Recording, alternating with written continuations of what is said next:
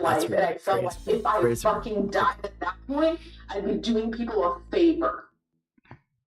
Because now a lot of the people who see me are like, oh yeah, that's, you know, that poor bitch, like she went through, like, I am associated with death walking,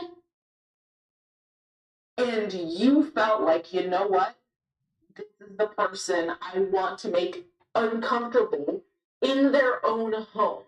The home I bought with my husband, you decided that was appropriate. If you're okay with that, we're good. It sounds deranged. It sounds unhinged. Go find a therapist. All of this sounds Maybe I can send you a reference. If you threaten me again, I'll just DM you it back if you did want to pull up.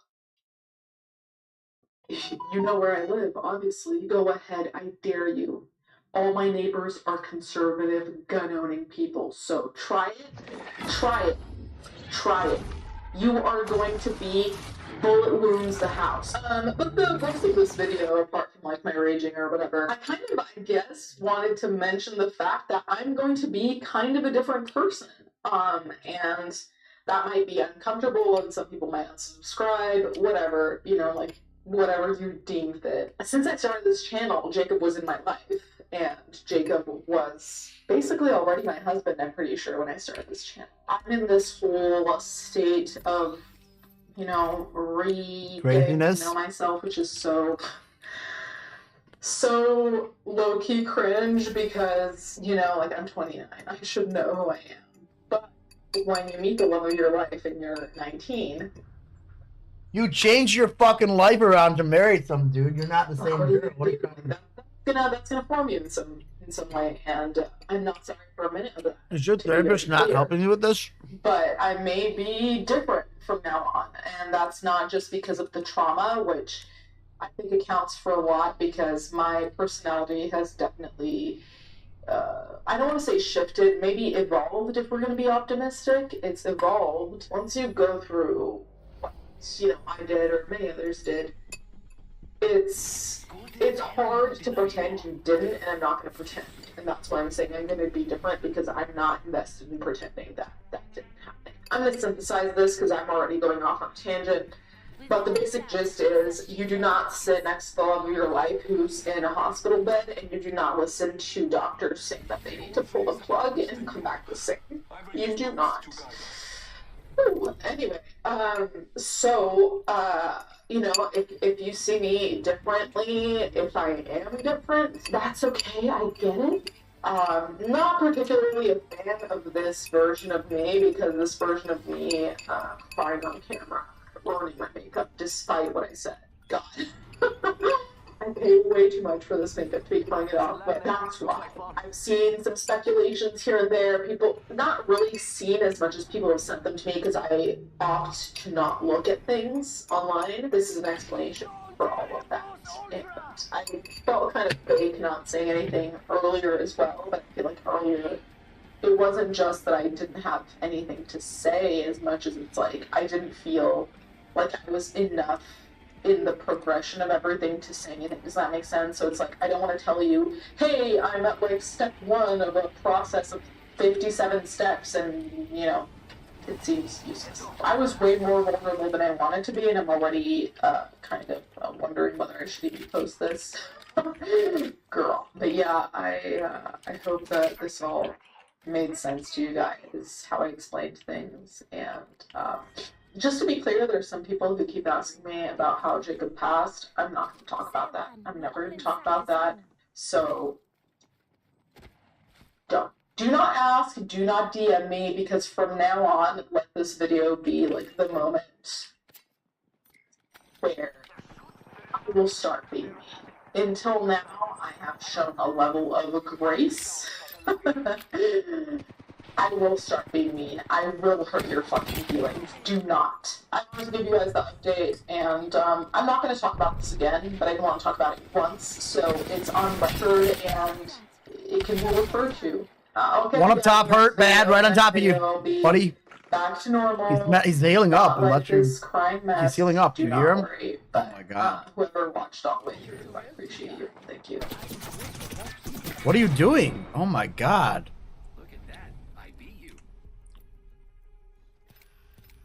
Don't drop hot if that's how you play. Please. Please don't do that. You can't handle it. Don't drop there.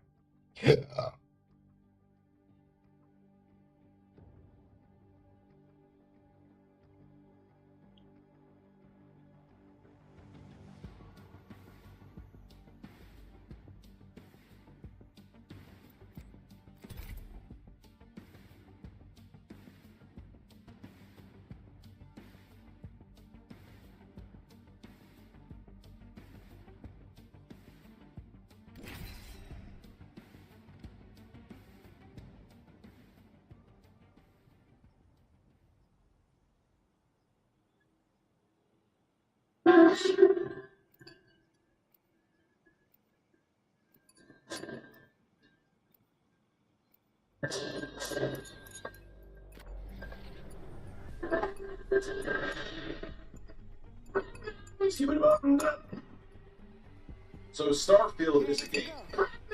I have played a few hours of it. I'm actually testing it on integrated graphics. Upcoming video. Make sure you stick around and sub to this channel to check that out. It actually runs surprisingly well. I was shocked by that, but whatever. Not going on another tangent. So Starfield has been released, or there's early access, I should say.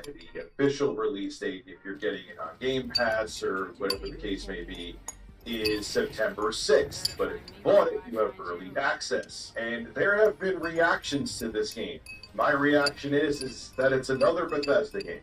If you love Bethesda, you're going to love it. If you don't love Bethesda, you're not going to like it.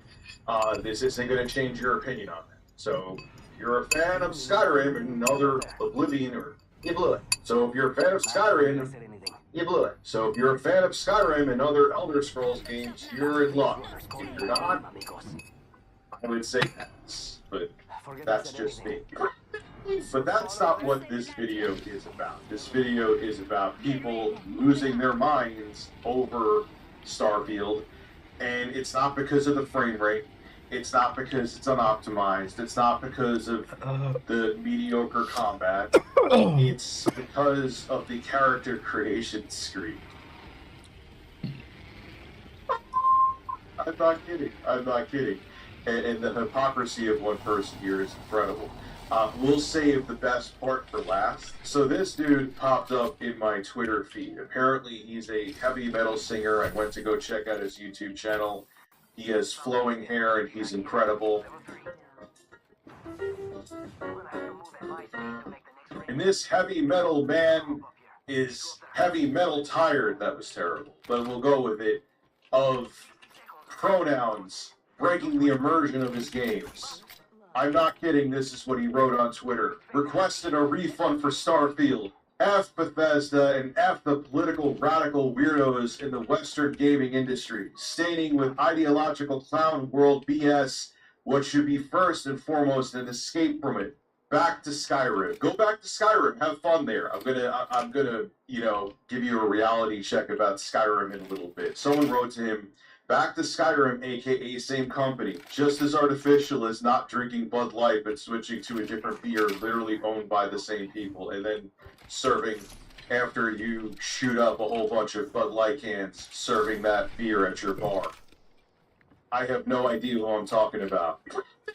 I paid for Skyrim 12 years ago, my guy.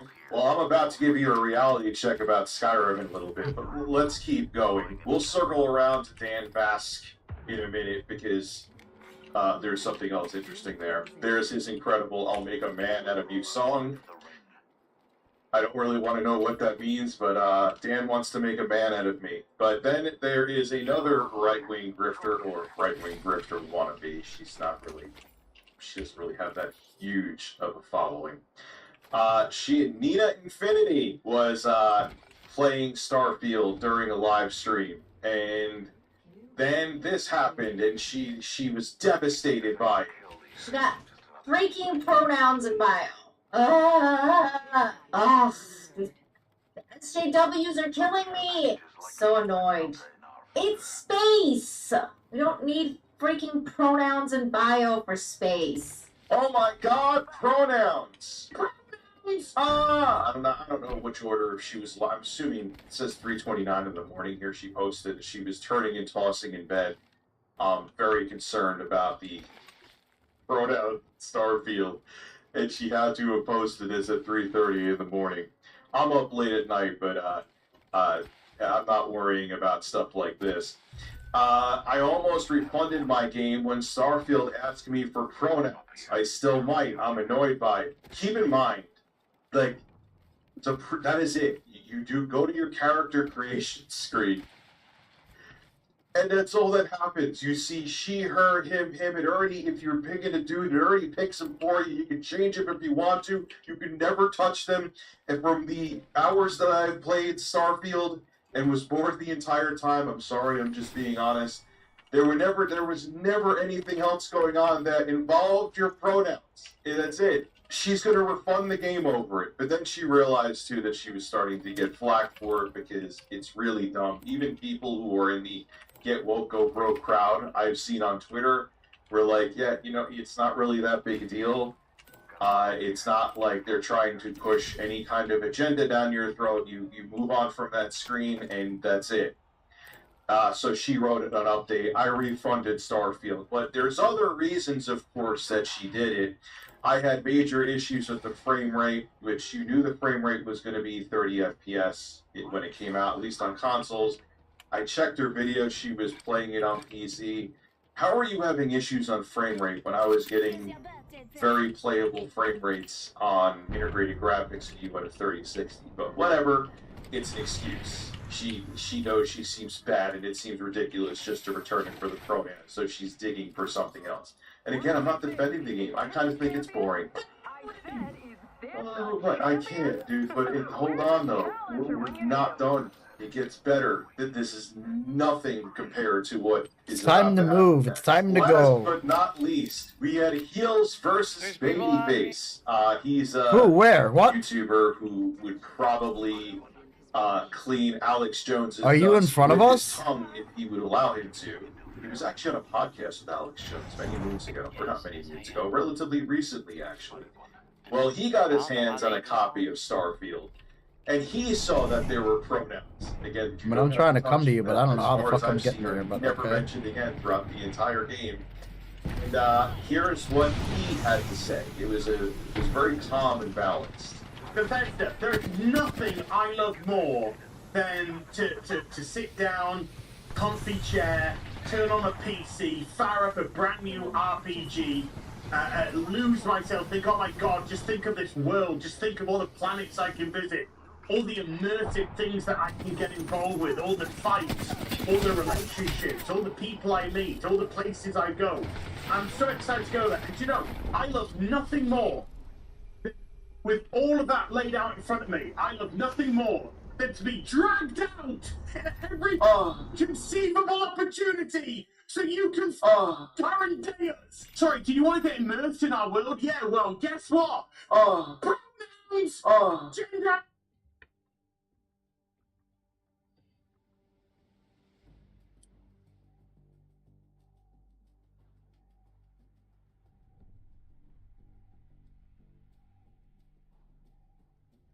Where's this dude at? 741.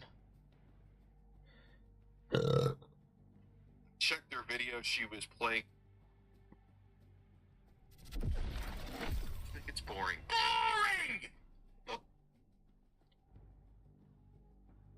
She knows she seems bad and it seems ridiculous just to return it for the pronoun, so she's digging for something else. And again, I'm not defending the game. I kind of think it's boring. Boring! Oh, but I can't, dude. But hold on, though. We're not done. It gets better. This is nothing compared to what is about to happen next. Last but not least, we had Heels versus Babyface. He's a YouTuber who probably clean Alex Jones's nuts with his tongue if he would allow him to. He was actually on a podcast with Alex Jones many moons ago, or not many moons ago, relatively recently, actually. Well, he got his hands on Starfield, and he saw that there were pronouns. Again, that you don't have to touch, and that, as far as I've seen, are never mentioned again throughout the entire game. And here's what he had to say. It was was very calm and balanced. Bethesda, there's nothing that YouTuber who, and again, I'm not defending the game. I kind of think it's boring. I can't, dude. But hold on, though. We're not done. It gets better. This is nothing compared to what is about to happen next. Last but not least, we had Heels versus Babyface. He's a YouTuber who would probably...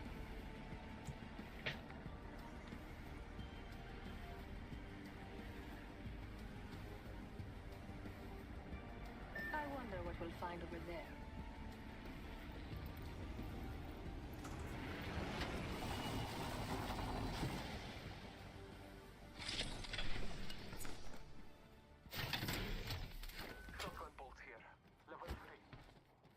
Frag out.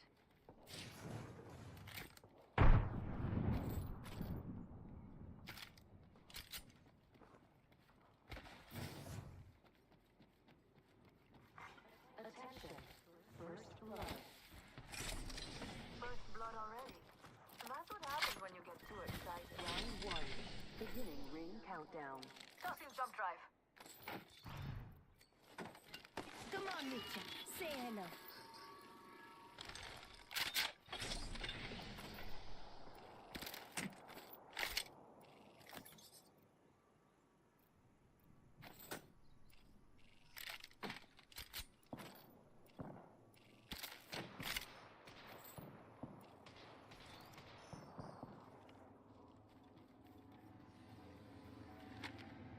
Hostile spotted.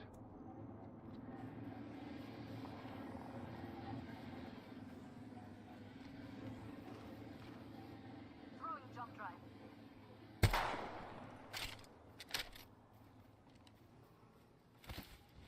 Shops open. You guys okay over there or what? Attention. There is a new kill leader. New kill leader. I got no comms.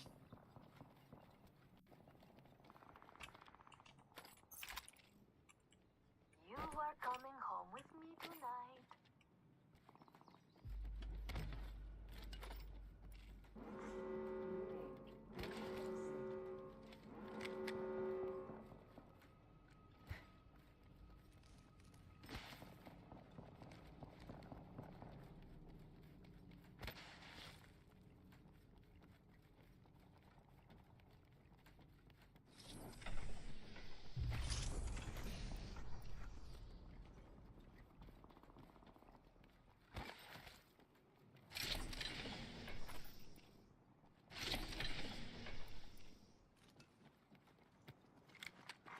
Care package being All father, give me sight. Looks like a care package is coming in. Jump drive in position.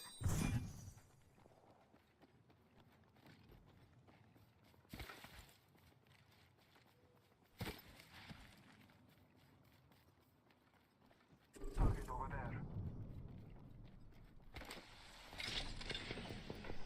Target over there. Cancel that. Hostile over there. Are you going to a fight without us? Don't be stupid. Emmanuel says, calling them out. Luke Marvin here. Shotgun bolt here. Leather 2. Spotted. Attention. There is a new kill leader. Careful. New kill. In combat. I cracked an Scottish shield.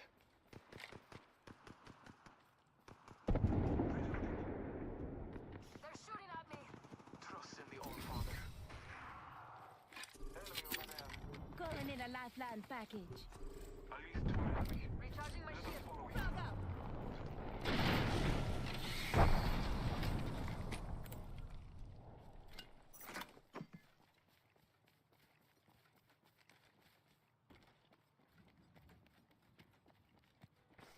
Shops open for business. She got me scared. Marking our surroundings. Fast without sugar. Recharging my shield. Take the enemy.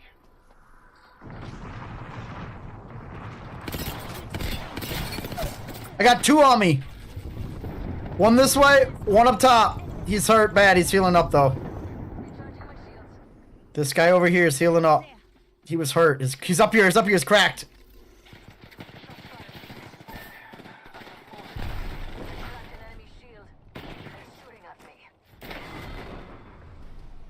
You should have scurried away. MR Carrot says, GG.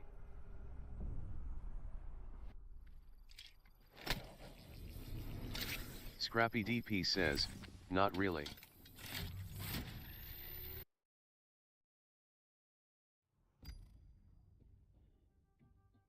Ambiguity! Oh. Current day California! Oh. Is that all we Oh.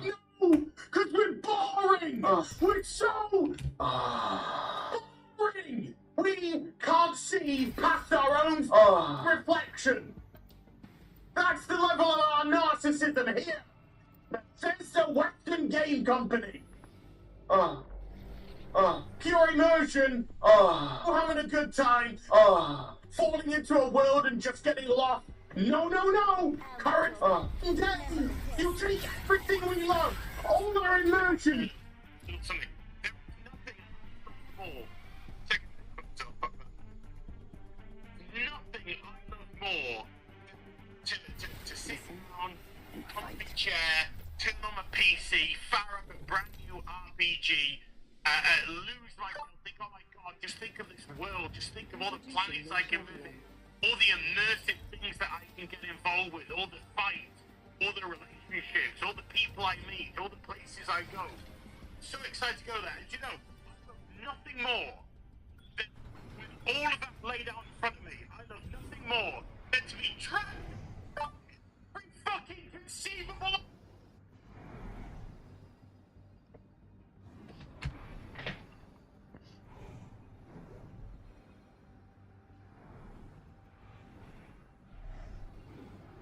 Land there if you know it's good for you.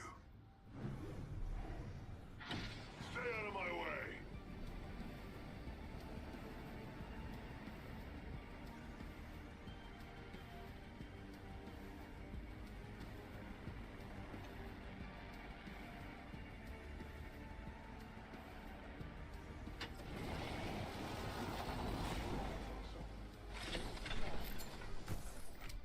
Someone took first blood from me.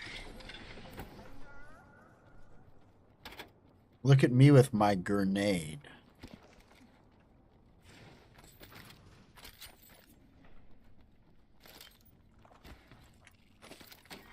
Round 1. Beginning ring countdown.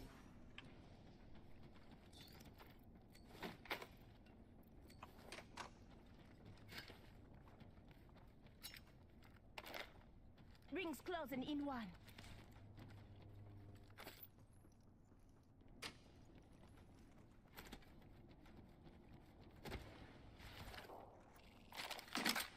Give me the Mastiff. 45 seconds, and the ring's not close. Give me the Mastiff. Let me take it on. All our fantasies! All our escapism! And you just can't help shovel your Oh. Oh. crap ideology into everything! Every single surgery thing! So we remember our heavy metal friend Dan Bask. Glorious hair, by the way. He said he was going back to Skyrim because it's not political, it's not woke at all, right? Skyrim, you could have same-sex marriage in the game. I'm not an interracial marriage. Oh no, Dan, where are you gonna go now? Where you can live in your safe little white bubble of straight people? The ring's closing and we're not inside. Hey, if you want to die, it's yours. If I started a new game as a woman, would I be able to marry another woman? If not, is there a way possibly using the console to have same-sex marriage? And replied back, in Skyrim, you have the option of marrying an NPC regardless of race or gender. Are you gonna ask Bethesda for a refund when you bought the game 12 years ago, Dan? Just wondering, because you need to take that stance, right? Or are you gonna sip that can of Bud Light? You hear that? There's a care package package coming down. To do so, you must complete the quest, The Bonds of Matrimony, which involves speaking with Marimal about marriage and wearing an amulet of Mara, which signifies that you are available to be married. Once you have found an NPC who also wishes to be married and whose disposition towards you is high enough, you can gain their consent to marry you and then attend the wedding ceremony at the Temple of Mara. After the wedding, if you speak with your new spouse, you can determine where they will live. So Dan, what are you gonna do? Heels versus babyface. What are you gonna do? Look, man, I know I've had some moments recently that I'm sure that people are gonna use as gotchas, but it sure as hell is not over an option like that in a video game. I don't know if these people are putting on an act. I don't know if they are genuinely that angry about it. I know that they grift to a certain kind of audience. And here is the thing about me, it's not even that I'm on like I am a pronouns champion. I actually remember that dystopian video from Microsoft where they had everyone, like including the janitor, come out and like, hi, these are my pronouns. Hi, these are my pronouns. Hi, I'm like, what is going on here? So it's not like I'm a pronoun warrior. But this is the biggest non-issue that people are making into an issue. It's absolutely ridiculous. I guess this is what they have to do. It's they sell outrage, they sell anger, and this is honestly the saddest thing I've ever seen people get angry about. It's pathetic, quite frankly. What bothers me about this even more is this get woke, go broke nonsense, which there are examples of actual get woke, go broke. Saints Row 2022, anybody? It does exist, but it is not on the level that these idiots want you to make it out to be. It is not that there is this plague of wokeness taking over your life like they want you to think. They want you to be scared, and they want you to be outraged because they profit off of it. That's what it really comes down to. Now, was heels versus babyface actually that angry? I don't know. If he wasn't and that was an act, he should win an Oscar. Most angry man who freaks out over pronouns. And the award goes to an ape. That I look much different, but come on, man. Look, this, as much as I'm laughing at this is a serious issue, not because of the pronouns, but because this is what people are focusing on. The world on many levels is falling apart around us. This is what people are worried about when the planet is boiling around us and society is falling apart. They're worried about pronouns. Maybe that's part of the reason why society is falling apart, because they're concerned about stupid crap. This is Rich from Review Tech USA signing out. Have a good one.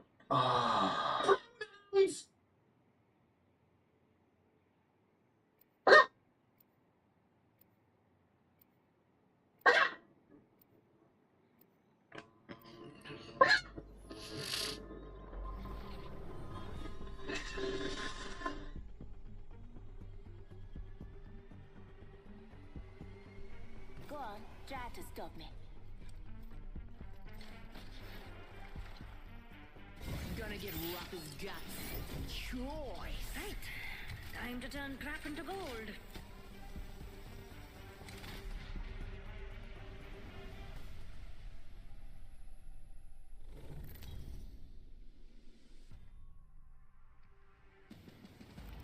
Introducing your champion.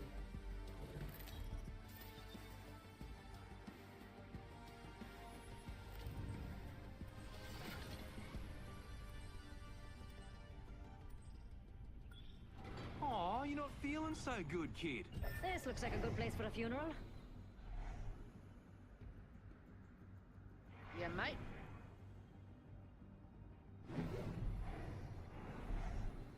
Here we go, mates. Let's get messy.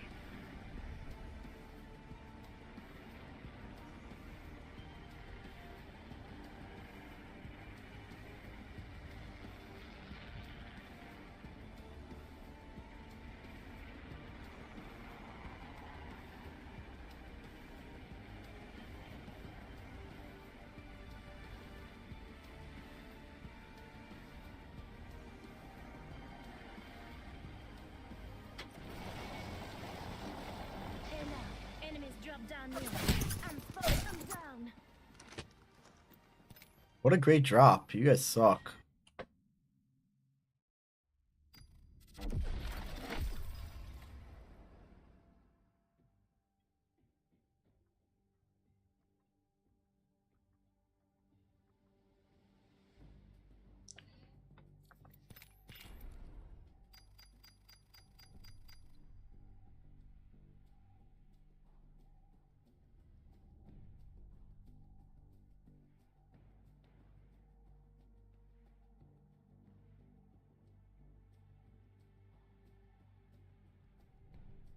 Man, this is basically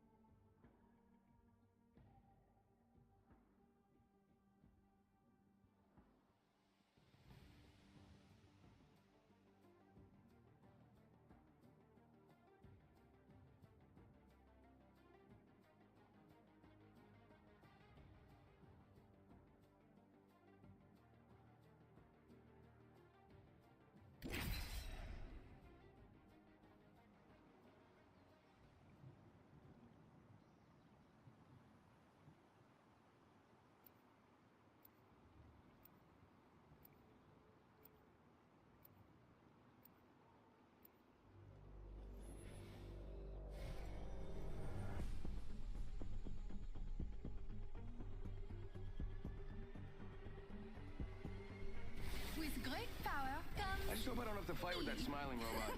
I'm just kidding. He's fine. Everyone's fine.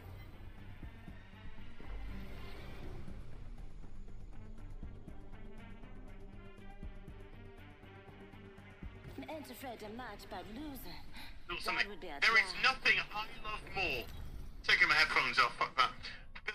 There is nothing I love more than to sit down, comfy chair, turn on a PC, fire up a brand new RPG, lose myself, think, oh my god, just think of this world, just think of all the planets I can visit, all the immersive things that I can get involved with, all the fighting, all the relationships, all the people I meet, all the places I go. So Time is flying, and I am too. nothing more. All of that laid out in front of me. More. Look at all the skin suits. They don't stand. Look at all the skin suits. They don't stand a chance. Look at all this. Sorry, you want to get on with it? What? Stop the crowds! Enough lambing around. We drop it.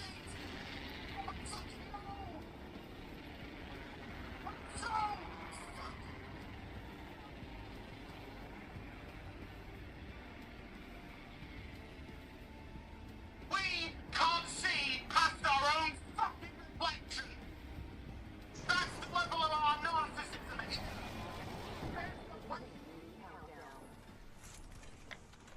Fuck your immersion. Fuck you having a good time. Fuck you falling into a world and just getting lost. First blood. Good thing it's not us. 1 minute until close. Rings nearby. Fuck off! You're boring! You're fucking dull! You have nothing to say! You're one high-mind twat waffle! That's all you fucking are! Why do I keep getting so fucking sick? You take everything we love, all our emotions, all our fantasies, all our... and you just pile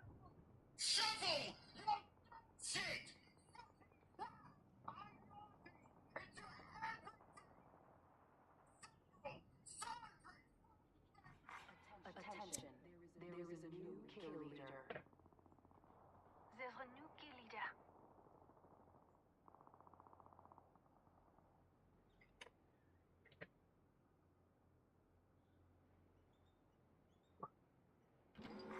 Warning. Ring closing.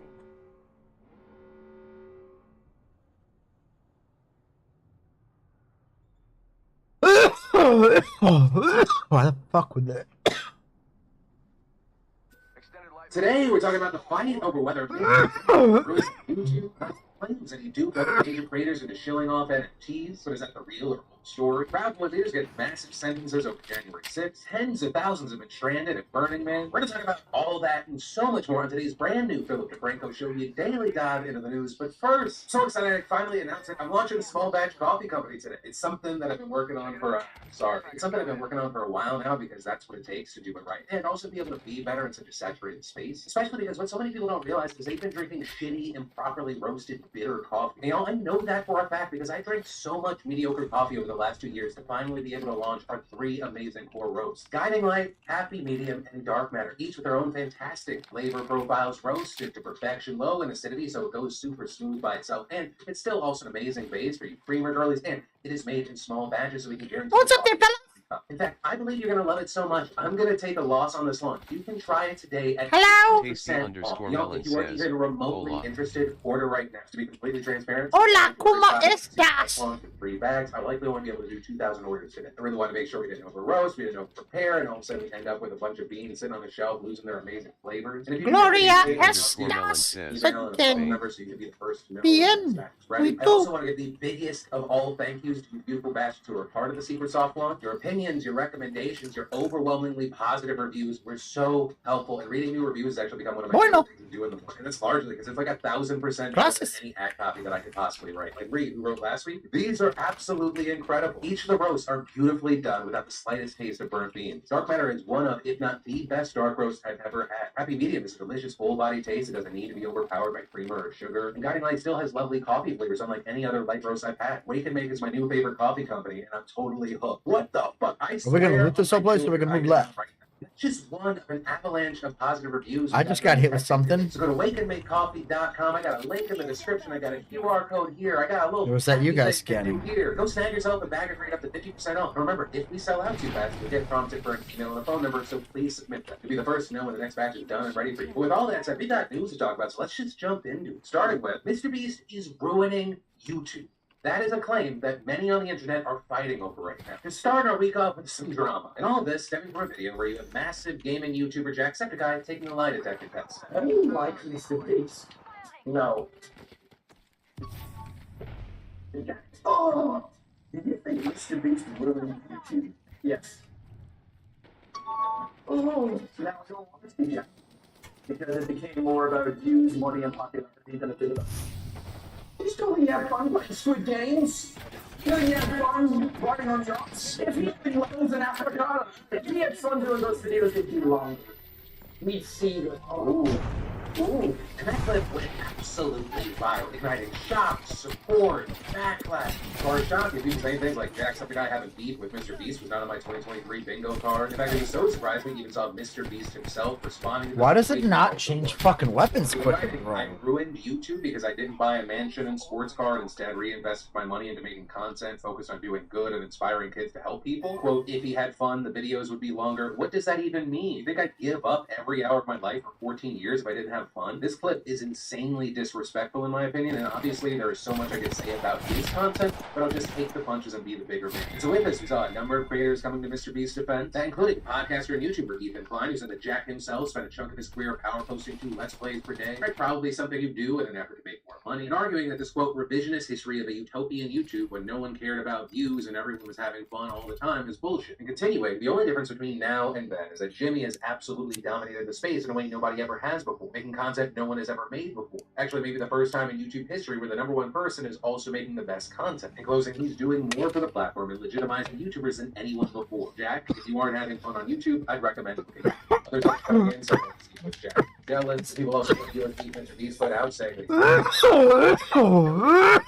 he's many constantly to get videos out. But there, you also have people who agreed with Jack, using that to argue Mr. Beast isn't having fun with his content, or the argument that this pursuit in this way can actually be toxic. And with that, there were a good number of people on Jack's side. Some claiming Mr. Beast has a hero complex, saying that YouTube used to feel more personalized. Mr. Beast is gamified into being more overly sensational and hyper-produced. Though some arguing that Jack was actually just trying to make a more nuanced argument, that it wasn't so much about Mr. Beast as much as the copycats rising up, trying to emulate his growth, whilst also crushing all form of uniqueness and personality out of their YouTube videos. But the argument of the problem with Mr. Beast, which I mean, I just like, played the game with itself in the USN past, underscore expressed annoyance with AK211. was copying. And then on top of that, you also have people who are just annoyed that these comments resulted in a whole huge thing. With some saying the most annoying thing about Mr. Beast is that you can't even have a benign criticism of him without people coming down on him. You can't even be like, I find his content annoying, so I don't love it. People react like you've committed actual Scrappy blasphemy. BP Like, I do says, think it's extreme to "Did say you anyone win?" ruined YouTube, but all Jack is saying here is that he doesn't like these videos and they don't seem earnest enough. But here's the funniest Scrappy or DP craziest or says, saddest "Or thing should about I it. leave?" While fandoms and communities were still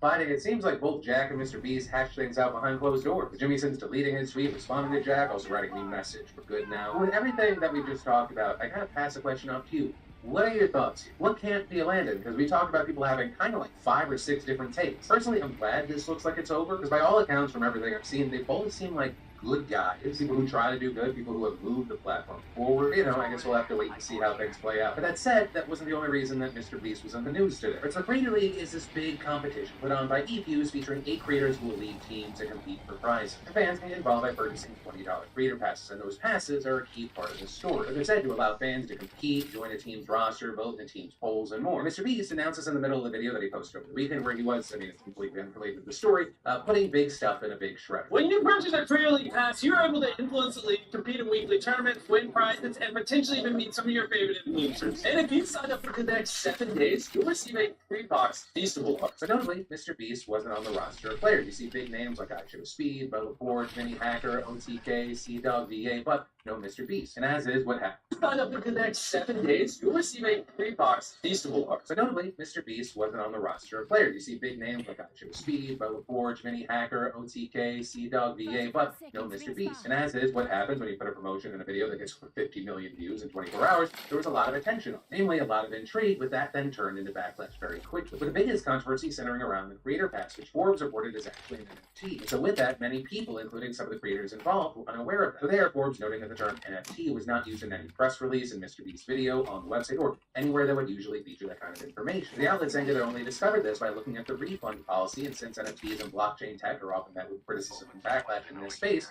Forbes said that it felt disingenuous that it was hidden like that, especially since some of the creators involved had actually spoken out against NFT, which is why on that front it wasn't surprising to see Sea-Dog VA ready to drop out of the project altogether, writing, I accepted to join the Creator League, not fully understanding the tech behind it. Needless to say, with the current information available, I'm planning on withdrawing. I was not told or made aware at any point that there was blockchain technology and was only made aware of that information when the event went live. I was given assurances that it had nothing to do with NFTs. Given my vocal hatred of such tech, I would never agree to join had I known that. It's an embarrassing fuck up on my part to agree to promote this to my audience. I'm sorry. And the co-founder of OTK also writing, we were told there was no NFT/crypto component, but looks like that may not be the case. Waiting for responses to our emails and phone calls like others. Also, Mr. Beast facing backlash for announcing the league in the past in his video, people saying that he was misleadingly promoting NFTs. So there, it is worth noting, according to Forbes, Mr. Beast's involvement in the Creator League ended that video announcement. Apparently, he's not actually involved in the tournament, he was just paid to announce it. It's unclear what he did or didn't know about that aspect, but as we wait to see what happens from here, what other information comes out, I gotta pass the question out to you. What are your thoughts here? And then, wild orgies, cannibalism, and the Ebola virus. Nothing could really connect those 3 things together except the annual festival known as Burning Man. Though to be clear, the cannibalism and Ebola are just rumors that have been spread on social media. The orgies, however, are basically a given. Right? Because if you've never heard about it, Burning Man is a decades-old festival out in the middle of Nevada's Black Rock Desert. Having my nose for hippies dressing up in costumes and camping out for a week in a huge dried-up lake basin where they make art pieces, sculptures, and of course, steaming hot love. Over the years, Who Goes has evolved. Got a lot of influencers, celebrities, who were wealthy. You know, the whole event culminating in the burning of a 40-foot effigy, hence the name Burning Man. And so unsurprisingly, given all the private jets wealthy attendees used to fly in, single-use plastics littering the campsite, generating burning huge amounts of propane. Some have also accused the event of literally burning the planet, which is why critics have long pointed out its consumerism, all the trash left behind, and the 100,000 tons of carbon dioxide emitted in 2019. The organizers have promised to go carbon negative by 2030. Many don't believe that, and this year we also saw climate protesters blocking the highway leading into the festival, that causing a huge traffic jam, and no more than an hour passed before tribal rangers showed up, with one of them just plowing their vehicle straight through the roadblock.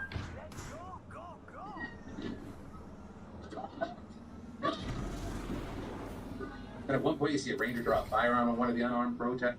6 different takes. Personally, I'm glad this looks like it's over, because by all accounts, from everything, the only reason that SSN was packed related to the story, signed up to do that. Dog be quick with a bit, any press release and Mr. B's video on the website, or anyone's thoughts here. And then, wild orgies, cannibalism, and the Ebola, Burning Man sculptures, and of course, Burning Man. And so unsurprisingly, given all the private jets wealthy attendees used to fly in, single-use plastics littering the campsite, generators burning huge amounts of propane, some have also accused the event of literally burning the planet, which is why critics have long pointed out its consumerism, all the trash left behind, and the 100,000 tons of carbon dioxide emitted in 2019. The organizers have promised to go carbon negative by 2030. Many don't believe that, and this year we also saw climate protesters blocking the highway leading into the festival, that causing a huge traffic jam, and no more than an hour passed before tribal rangers showed up, with one of them just plowing their vehicle straight through the roadblock. And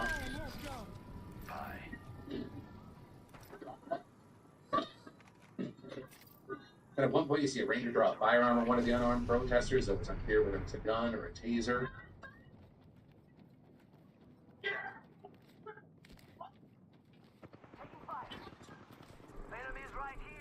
The activists later claiming someone falsely called in that they had a gun, with tribal police now saying the ranger's conduct is under review. But all of that isn't even the main story, because on Friday, some 6 days into the event, a rainstorm decided to crash the party, with it dumping 2 months worth of rain in just 24 hours, and it turned the desert sand into a sloppy, slippery mud pit. And so as a result, you had the authorities prohibiting all entry and exit to the festival ground. So also, anyone who didn't have all-terrain tires would have found it hard to leave anyway, with the roads reduced to ankle-deep pools of sludge, which is also why you saw some ambitious drivers getting their Jeeps and RVs stuck in the mud. So you had event organizers telling attendees to just shelter in place, conserve food and water. That also, as we've seen reports of people dealing with overfilled porta potties, rationing food and water, and even dying. With the sheriff's office saying that one person died during the rainstorm, though it didn't appear to be connected to the weather. So where we're at is, while organizers have said that driving may be feasible today, the idea of up to 70,000 people hauling it out of there all at once could be a nightmare. But even without those conditions, 12-hour-long traffic jams have been typical in the past. And that's because the site is extremely remote, the nearest town housing just over 100 people in Reno, the nearest city sitting 93 miles away. So on site, the situation can be brutal if you're not prepared even during normal conditions. But the cost of getting such a beautiful flat location is the extreme temperatures that top 100 degrees during the daytime and drop 50 degrees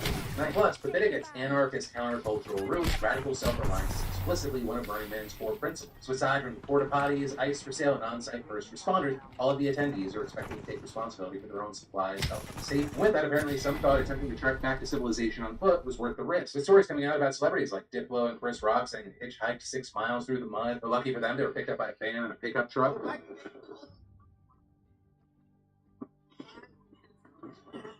Well, obviously, there are people who have been struggling for tens of thousands. Other people are just still sticking it out in the mud. The party goes on. Many making mud sculptures, dancing, drinking, doing drugs and yoga. Overall, seeming to try to make the best of a bad situation. And in fact, some Burning Man vets and rainfall actually added to the experience, because collaborating to survive in a harsh environment is what Burning Man's all about. With one woman saying it was so beautiful to see people helping each other out and sharing supplies, and batteries, and power, and water, and food, and shelter. And now, the postponed effigy burning is expected to happen tonight. But again, we'll have to wait and see what the conditions are actually like. But with all of that, I gotta know, what are your thoughts and opinions on this situation? Because the reaction online varied greatly. Some were very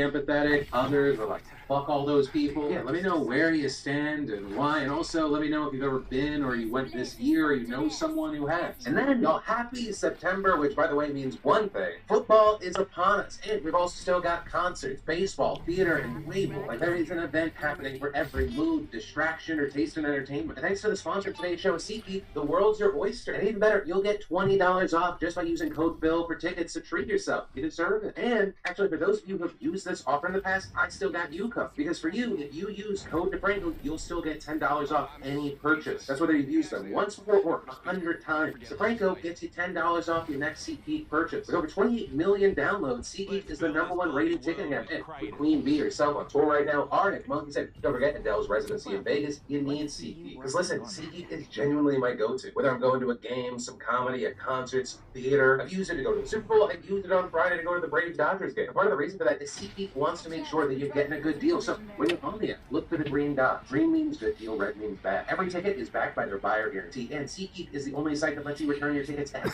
swap. So remember, that is $20 off your first bill.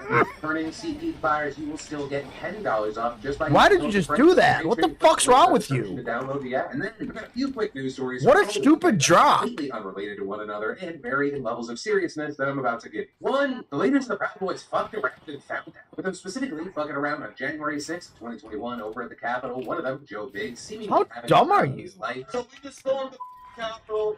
Took the mother place. So much fun. A leader of this violent attack on the U.S. Capitol. I'm showing images of him with a bullhorn leading the mob towards the Capitol.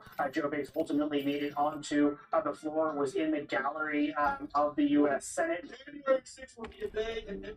But he has now found out that the government is taking that life, specifically 17 years of it. And that sentence coming down after he was convicted of seditious conspiracy and other charges back in May. And according to the BBC, in court, you had a tearful Biggs apologizing for his actions, saying that he was seduced by the crowd on the day of the riot, saying his curiosity just got the better of him, that he's not a terrorist, that he doesn't have hate in his heart. Though notably, prosecutors described a much different situation, saying the former InfoWars correspondent employed his military expertise to direct and control large groups of men under his command to lead a revolt against the government. And with that, presenting evidence of text messages, social media posts, and videos. And in addition to Biggs, you also had another Proud Boys leader getting 10 years, one getting 15, and Ethan Nordine, who prosecutors have described as the undisputed leader on the ground during the insurrection, getting 18 years. And all of that notably ahead of tomorrow when former Proud Boys national leader Enrique Tarrio is expected to receive his sentence for seditious conspiracy. Two, if you're watching this in New York and you're going to, or you're awkwardly not talking to people at, or you went to a backyard party or a barbecue, there might have been an uninvited guest there. And that's because reports came out saying the New York police are going to be using drones to monitor those parties this weekend. With Kat Godfrey, the assistant NYPD commissioner, saying if caller states there's a large crowd, a large party in the backyard, we're going to be utilizing our assets to go up and go check on the party. A plan that the AP reported immediately received backlash from both privacy and civil liberties advocates. And Daniel Schwartz, a privacy and technology strategist at the New York Civil Liberties Union, saying it's a troubling announcement and it flies in the face of the Post Act, and saying deploying drones in this way is a sci-fi inspired scenario. Though in New York and other cities, this is not science fiction, this is becoming the new normal. With data showing that while drones were only used 4 times all of last year, this year they've been used 124 times so far. And that makes sense. You have Mayor Eric Adams also saying he wants to see the police embrace this more. And here's the thing, while there are a lot of scenarios where, using a drone just makes sense, you have privacy advocates noting regulations have just not kept up. And they argue that if it doesn't catch up, it just opens the door to intrusive surveillance that would otherwise be illegal if it was conducted by a police officer. 3, a federal judge struck down a Texas law requiring age verification to view pornographic websites, ruling that the bill, which was signed into law by Texas Governor Greg Abbott, violates free speech rights and is overbroad and vague. While the state attorney general's office immediately filed an appeal, the judge explained his decision, saying the law raises privacy concerns because the age verification is using a traceable government-issued identification, and the government has access to and is not required to delete the data. And explaining further, by verifying information through government identification, the law will allow the government to peer into the most intimate and personal aspects of people's lives. And going even further to say, even though he thinks this law has a legitimate goal, he thinks other methods like blocking and filtering software would be better. And 4, I'm so disappointed in myself for missing this story last week. Now, you might have seen the news that 2 women were shot at the White Sox game. It was confusing, there was so much speculation, it just felt so bizarre. And then we got possibly one of the most unexpected, but maybe also most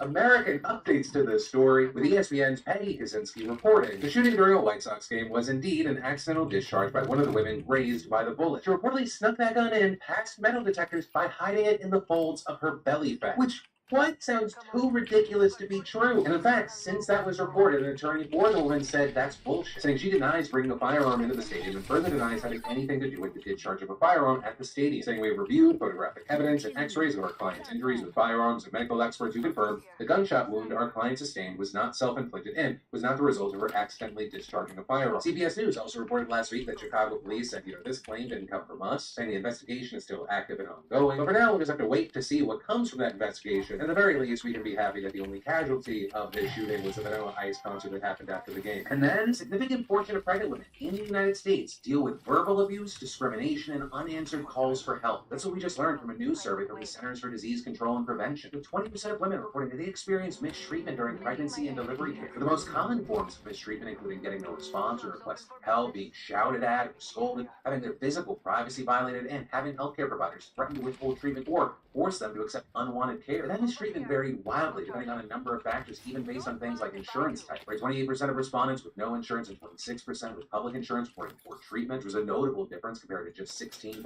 of those with private insurance. Also, women of color reported higher rates of mistreatment. Black women 30%, Hispanic 29%, multiracial 27%, and actually overall, women reported discrimination in their care at an even higher rate than general mistreatment, with 29% saying they were discriminated against based on a number of factors like age, weight, income, and race. Once again, Black, multiracial, and Hispanic women reporting significantly higher rates between 37 and 40%. You've got experts startled by these statistics, with Wanda Barfield, the director of the CDC's Division of Reproductive Health, releasing a statement and saying, as a doctor, mother, and Black woman, it is disheartening to hear how common mistreatment is and to see differences in mistreatment and discrimination during maternity care based on things like race and insurance coverage. We know that racism and discrimination can lead to delays in treatment and sometimes tragic and preventable deaths. And Anastasia Harris, the founding executive director of the Perinatal Health Equity Initiative, also told CNN, our system is broken for all women, but Black women bear the brunt of those inequities. Saying a lot of that has to do with racism, the intersection of sexism and misogyny, and how that actually impacts how Black women are seen and perceived in the health space. Also, in addition to reporting mistreatment and discrimination, there were also other setbacks in maternal care, including women's fears about advocating for their own health, with 45% rate, nearly half of these women saying that they held back from asking questions or discussing concerns that they had, saying they told themselves whatever they were experiencing must be normal, or their friends and family told them that it was normal. Many not wanting to make a big deal of something or feel embarrassed to discuss those issues. Many also concerned the healthcare provider would think they were being difficult by asking. Some also just saying they didn't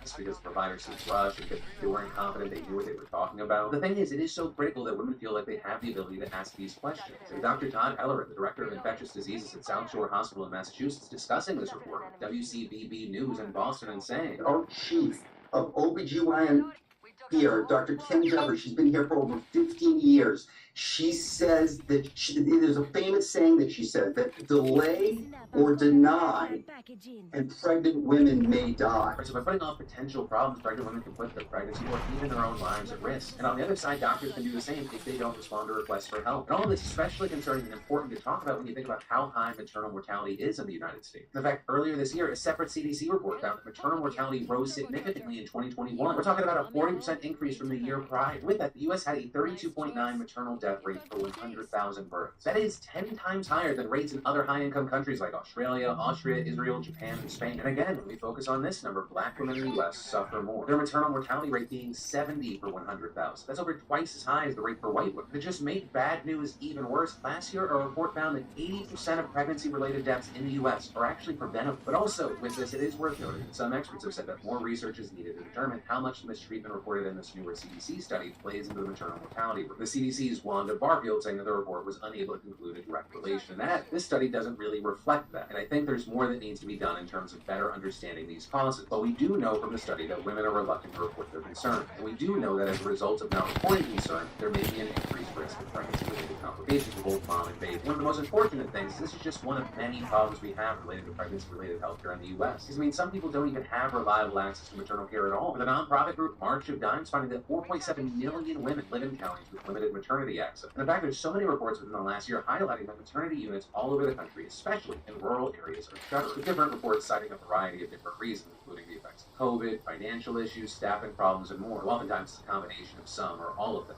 Many of these hospitals are actually experiencing declining birth rates. With one Illinois-based doctor telling the Wall Street Journal that there's just not enough babies to be had. Reportedly, hospitals with fewer births just aren't as appealing to doctors and nurses. But for the soon-to-be moms who still live in those areas and they're about to have a baby, that leads them in a scary reality. But in fact, Fox News recently highlighted the story of a woman in Connecticut who lived just a few blocks away from Wyndham Community Memorial Hospital. When she went to labor, you think, oh, well, she's in for an easy ride. But reportedly, when the ambulance alerted the hospital that they were on the way, the hospital told them not so fast. Saying the maternity ward unit stopped giving care months ago, and so you have to go to a different place 30 minutes away. What ended up happening then is that on the way to that hospital, she ended up giving birth on the side of the road. And notably, she gave birth to a baby that needed intensive care that new hospital couldn't handle, so then they had to go another 30 There's one on top of the building.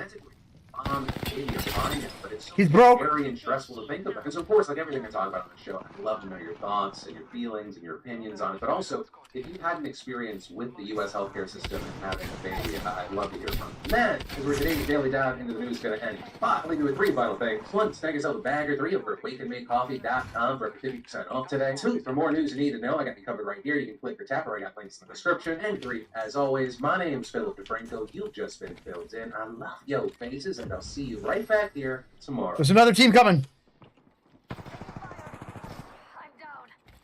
Enemy here. Left hand's got your back. I'm spotted. Taking fire. Deploying health drone.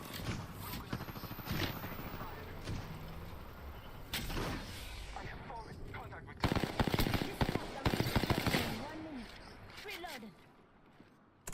Look out, grenade. Stop, I'm getting shot. 45 seconds, ring spot.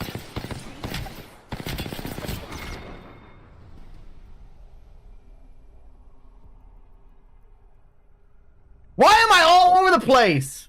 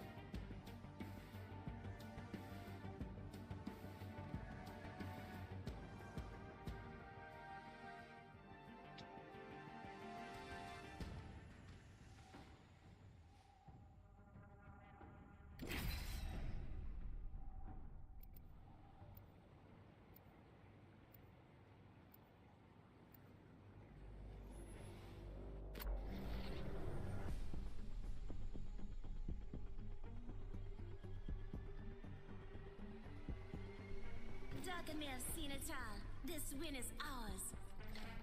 I've got what you need, if you can afford it. Harder, faster, stronger.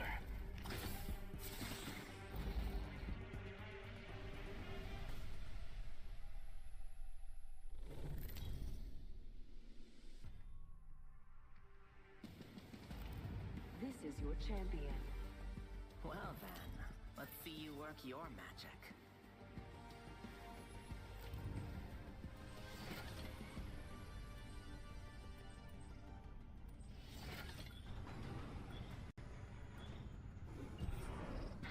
Let's find something good. I wonder what we'll find over there. Never mind.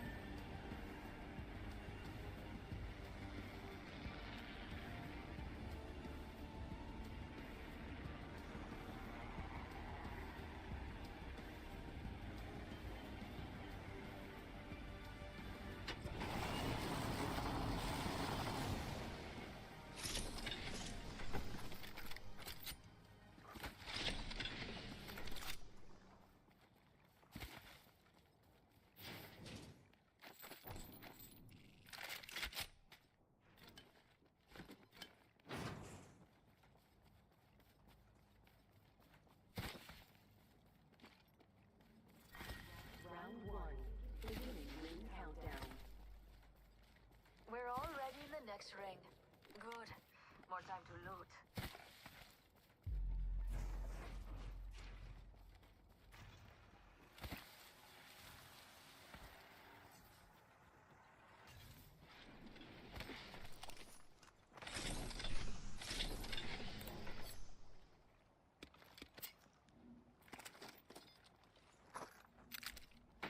Energy ammo here.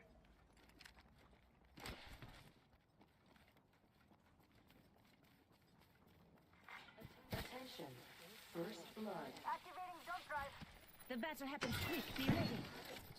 I found a little something extra.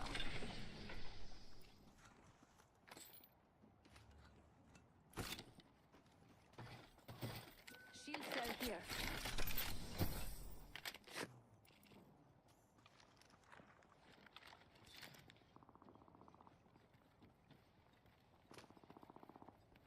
Phoenix my kit here. ultimate. Ready to fly? Yeah, I could use that.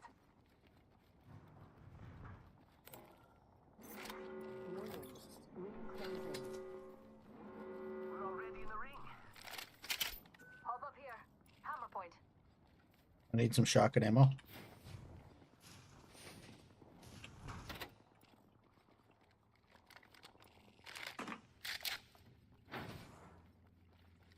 Medkit here. I bet we'll find something good. I changed my mind.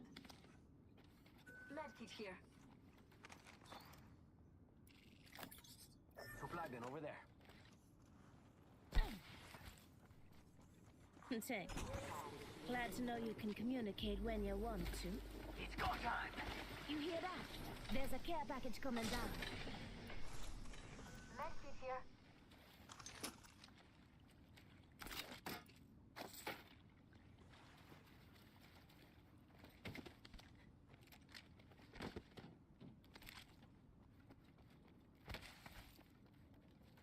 Throwing jump drive.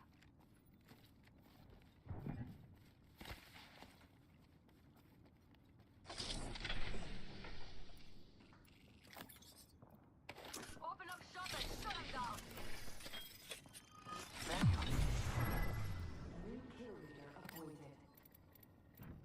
New kill leader. Mama's got a brand new bag.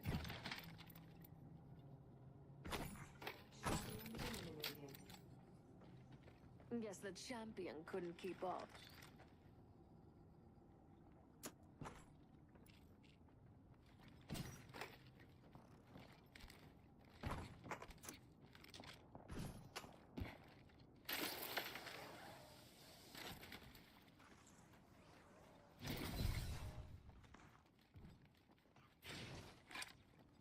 Calling in a lifeline package.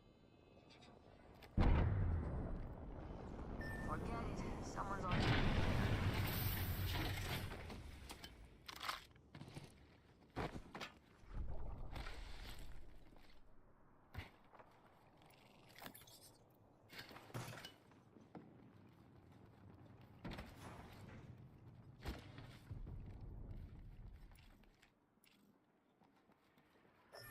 Enemy over there. Don't let them see you. Never mind.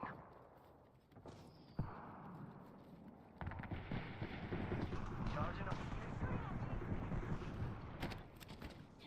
Recharging my shields.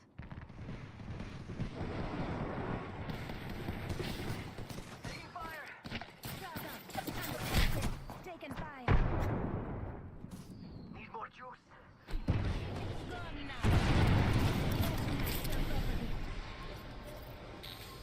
Just giving my shields a recharge.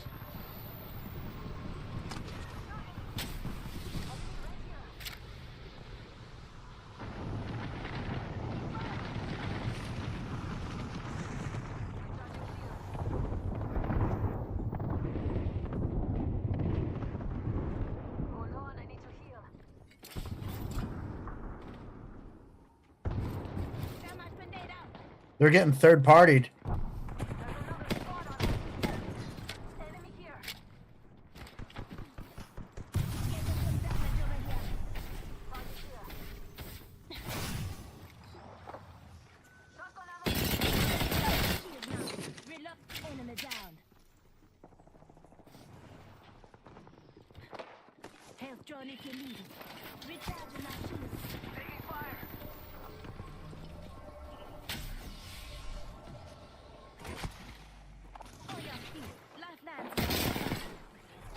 Cup says, thanks.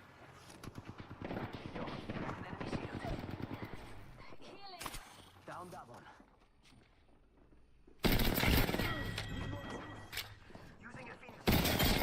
Enemy taken out. Enemy taken out. Beautifully done.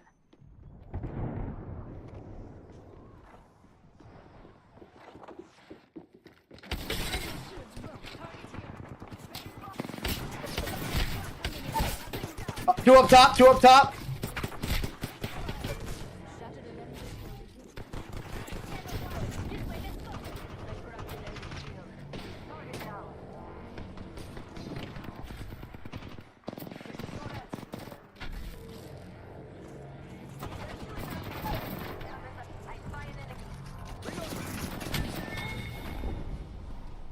Dole Fruit Cup says, GG. Really, was it though?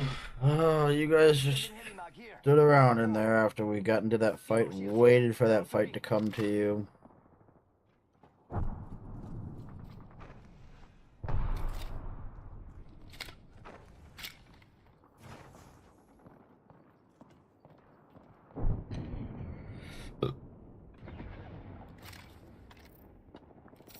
Who cares about these people? Jesus Christ.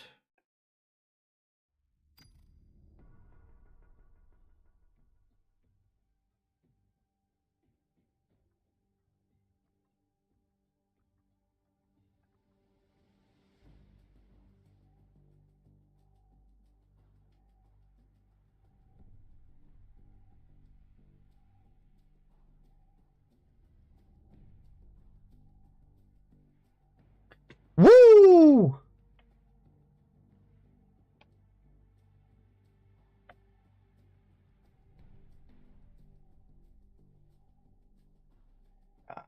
Saw something that piqued my interest. I saw something that made me go like this. Welcome everyone to GamerMan. I know I've been doing a few talking head videos lately, but there's still a lot to discuss. Starting with the fact that there's a way to get DLSS and XESS on Starfield. We have quite a few deals. The 14,900K is better than we thought. Lives were saved thanks to Starfield, and your CPU could be fake. Okay, it's news time, and first up for today, if you've been following the channel, you know that there were multiple rumors claiming that Starfield wouldn't include DLSS support upon release. And now that it's here, it looks like those were correct. Currently, Starfield does not support NVIDIA's DLSS or Intel's XESS for that matter. Luckily, modders have our back, starting with DLSS 2 and an XESS mod.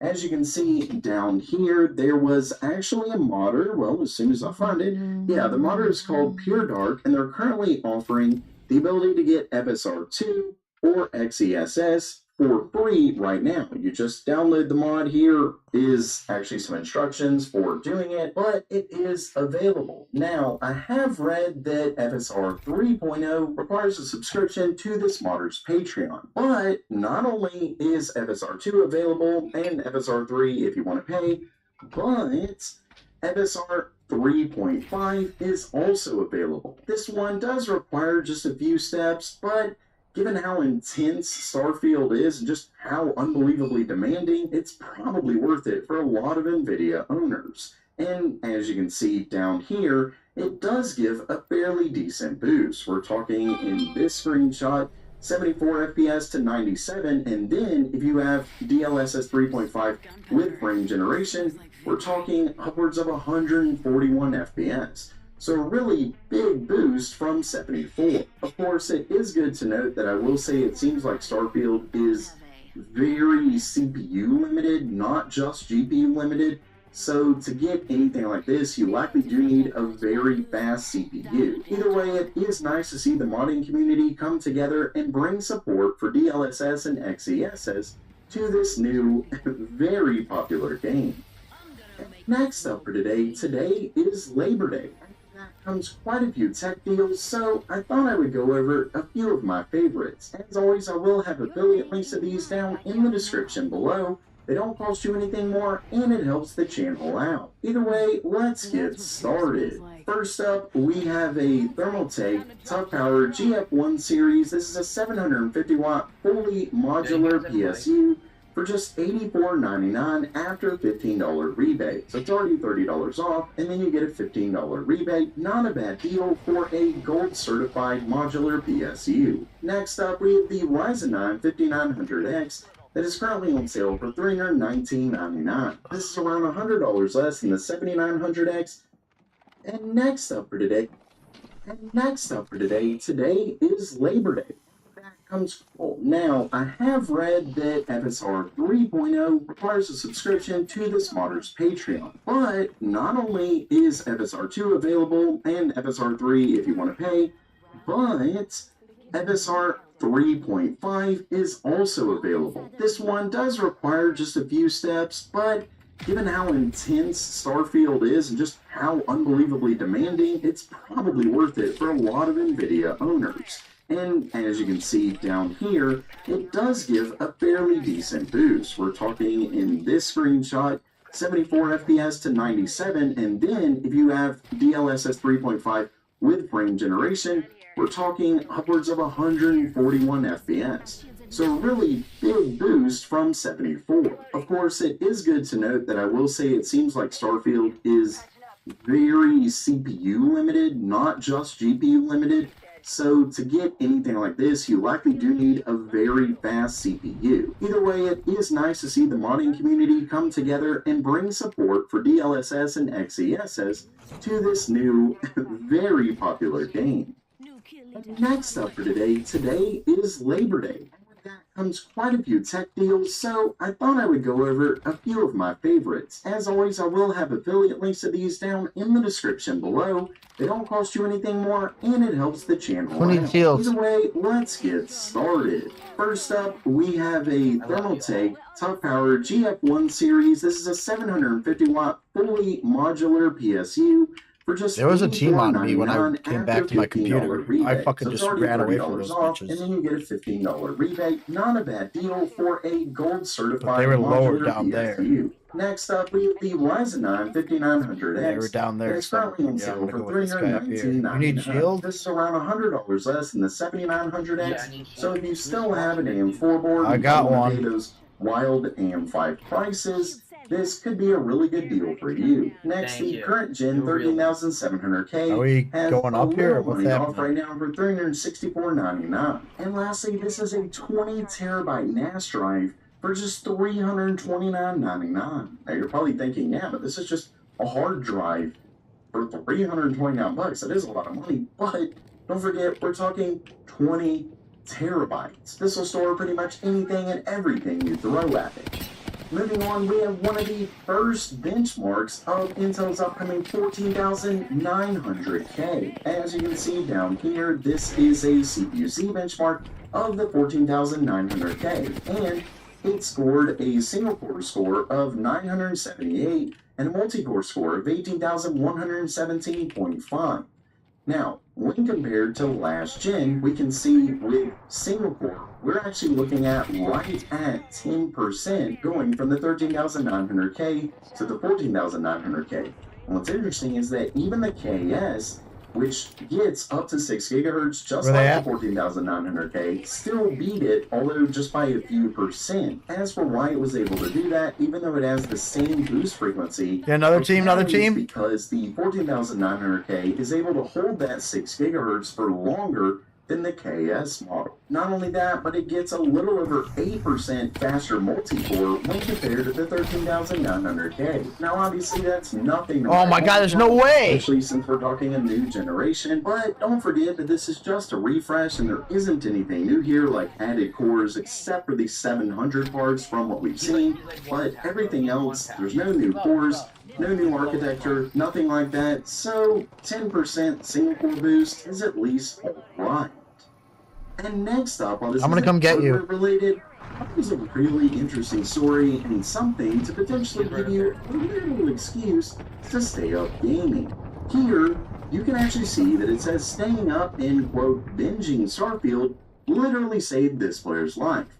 And in just a second, you'll see that it wasn't just his Let me get him, I got him. that was saved. This story was discussed on Starfield's subreddit, where you can see it says, quote, Starfield literally saved mine and my family's life on the 1st of September. Dude, I can do it with a drone, I've but waited for this game since the trademark rumors of 2015 to 2016. In anticipation, I pre-ordered the premium. I don't know why he edition left you. I was to going to get play you. this game. On the night of August 31st, I decided to stay up and play as long as possible to experience this new universe. Then he said, quote, at 2:26 in the morning. Heal yourself and get out of that line of sight. From my downstairs neighborhood apartment, I paused the game to see what was happening. When I opened the door, Let's move I if we saw can. flames rising up our stairwell. Bro, where to you at? Our apartment. You can actually see this is a picture right here of the flames. It is pretty wild story. I'm gonna put a drop out. Awake, he was able to quickly get his wife, grab the family cat, and escape the fire with, quote, only minor burns. He actually returned to the thread later to confirm that it seemed the incident was caused by a neighbor smoking near oxygen tanks. And whilst they heard the explosion whilst awake, it hadn't been loud enough to wake their wife, as, quote, multiple rooms and floors separated them from the site of the original explosion. So given how intense Starfield is and just how unbelievably demanding, it's probably worth it for a lot of NVIDIA owners. And as you can see down here, it does give a fairly decent boost. We're talking in this screenshot, 74 FPS to 97. Why are you up there? And then What are you doing? You're have back in a fight? DLSS 3.5 with frame generation. We're talking upwards of 141 FPS. So a really big boost from 74. Of course, it is good to note that I will What? say Gone things like down? What are you Starfield talking about? is I didn't go back up there. very CPU limited, not just GPU limited. I've gone down. Oh yeah, I did go down one A time. very fast CPU. Either way, But yeah, it's I nice to see didn't the go company running back up into the together fight. and bring support for DLSS and XeSS to this new. So what does that very mean? Why did? popular Yeah, that's my point. So why is he trying to go get us back into a fight like that? Quite a few tech deals, so I thought I would go over a few of my favorites. As always, I will have affiliate links to these down in the description below. They don't cost you anything more, and it helps the channel out. Either way, let's get started. First up, we have a I got him. Tough Power GF1 series. This is a 750 watt fully modular PSU for just $84.99 after $15 rebate. So it's already $30 off, and then you get a $15 rebate. Not a bad deal for a gold certified modular PSU. Next up, we have the Ryzen 9 5900X. That is currently on sale for $3. Yep, that's what happens when you go to that fight. Didn't matter how cool, who went down, blah blah blah. So if you still There's no reason to do that. Or you don't want to pay those wild AM5 prices. Obviously, you did when you tried to tell me that blah blah blah. Who went down? Nah nah nah. Has a little money off right now for $319.99. The 14,900K is better than we thought. Lives were saved thanks to Starfield. And your CPU could be fake.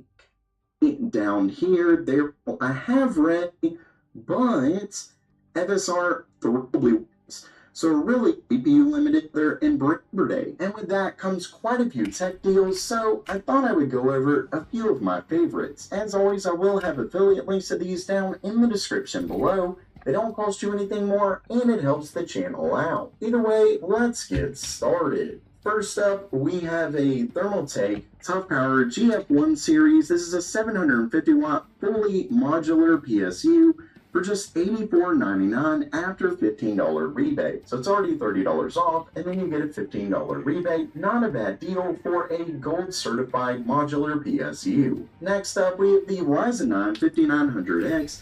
That is currently on sale for $319.99. This is around $100 less than the 7900X. So if you still have an AM4 board and don't want to pay those wild AM5 prices, this could be a really good deal for you. Next, the current gen 13700K has a little money off right now for $364.99. And lastly, this is a 20 terabyte NAS drive for just $329.99. Now you're probably thinking, yeah, but this is just a hard drive for $329. It is a lot of money, but don't forget, we're talking 20 terabytes. This will store pretty much anything and everything you throw at it.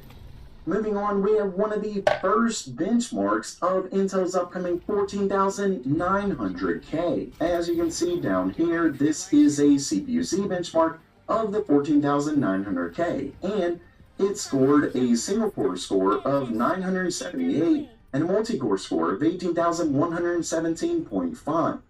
Now, when compared to last gen, we can see with single core, we're actually looking at right at 10% going from the 13,900K to the 14,900K. And what's interesting is that even the KS, which gets up to 6 gigahertz just like the 14,900K, still beat it, although just by a few percent. As for why it was able to do that, even though it has the same boost frequency, apparently it's because the 14,900K is able to hold that 6 gigahertz for longer than the KS model. Not only that, but it gets a little over 8% faster multi-core when compared to the 13,900K. Now obviously that's nothing to write home about, especially since we're talking a new generation, but don't forget that this is just a refresh and there isn't anything new here like added cores except for the 700 parts from what we've seen, but everything else, there's no new cores, no new architecture, nothing like that, so 10% single core boost is at least alright.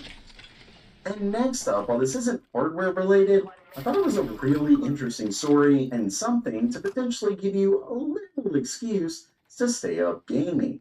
Here, you can actually see that it says staying up and quote, binging Starfield literally saved this player's life.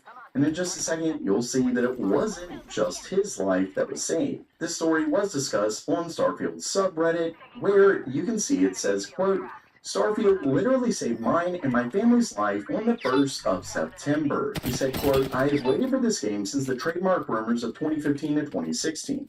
In anticipation, I pre-ordered the premium edition, waiting to play this game. On the night of August 31st, I decided to stay up and play as long as possible to experience this new universe. Then he said, quote, at 2:26 in the morning, while playing the game, I heard an explosion from my downstairs neighborhood apartment. I paused the game to see what was happening. When I opened the door, I saw flames rising up our stairwell to our apartment. You can actually see this is a picture right here of the flames. It is a pretty wild story. It says Y'all come get your banner. He was able to quickly get his wife, grab the family cat, and escape the fire with, quote, only minor burns. He actually returned to the thread later to confirm that it seemed the incident was caused by a neighbor smoking near oxygen tanks. And whilst they heard the explosion whilst awake, it hadn't been loud enough to wake their wife, as, quote, multiple rooms and floors separated them from the site of the original explosion.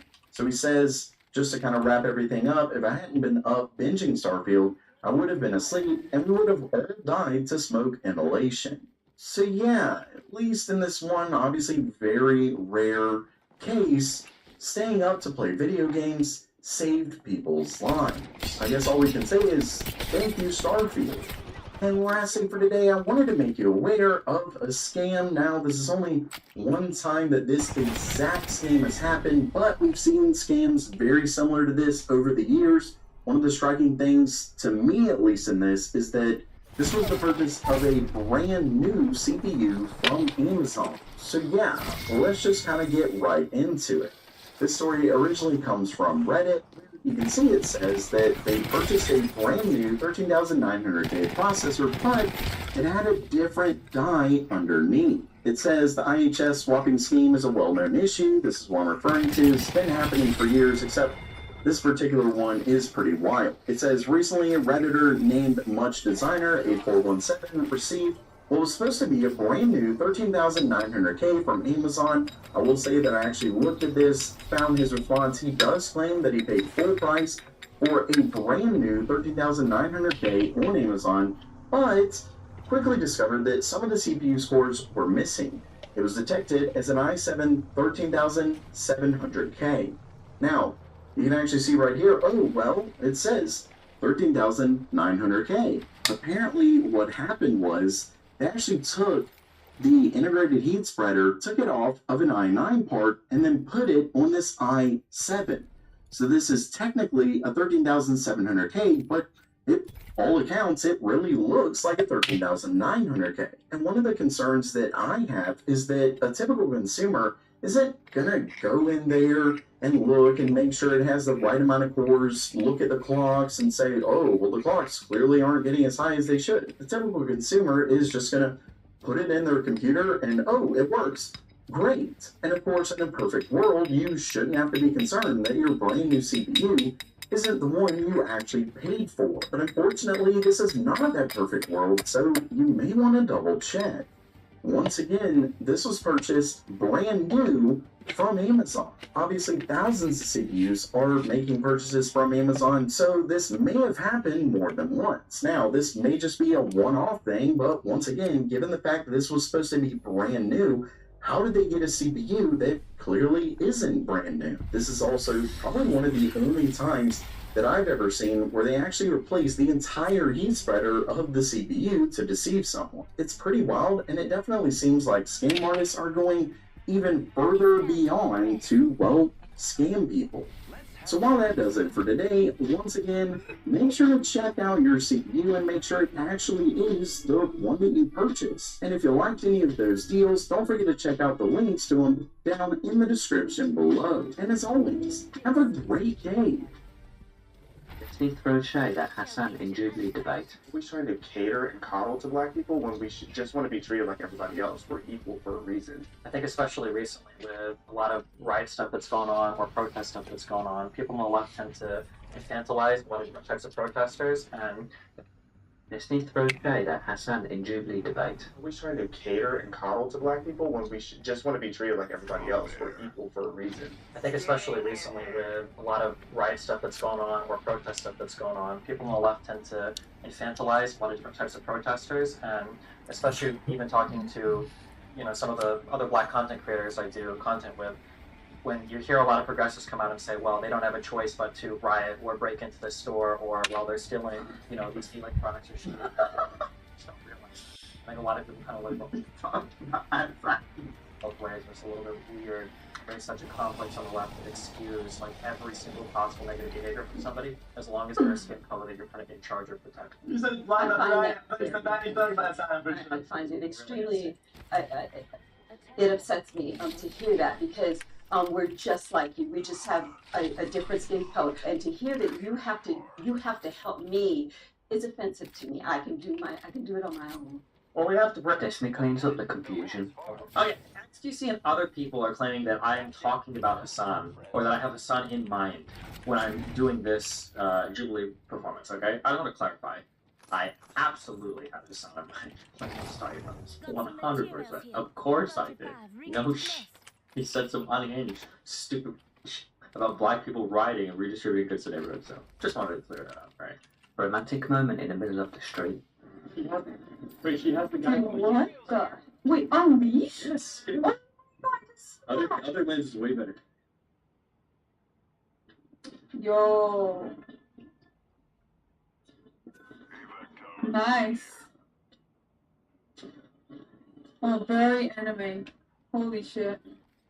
That's insane, chat. Misky from Why joined the Creator League. I saw Mr. Beast, I instantly said yes. And do you expect me to say anything else? Of course I said yes. It's Mr. Beast! That guy's really cool. So of course I said yes. What do you expect? What do you expect? I still have no idea what's going on with that. I'm not kidding. I really have no idea. I got it at like 3 o'clock in the morning. I woke up and I'm streaming. Actually, I watched a documentary this morning, and I was gonna watch the One Piece thing because I thought it was 1 episode. Apparently it's 8. But I'm gonna watch the shit out of that. But yeah, I literally said yes because it was Mr. Beast, and I saw Speed, and he's my favorite streamer, so of course I said yes. What kind of question is that? Of course.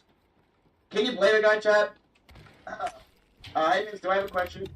It was so funny that I was on the front of it, and I loved seeing all the Minecraft kids so upset. It made me so happy. They were like, they were basically having panic attacks on the idea that I was front and center of this thing, and they were so upset. I was laughing so hard all the time. E-Rob lives up to his name at Ludwig's World's Greatest Gamer event. So, that's the problem. Can you throw harder than him?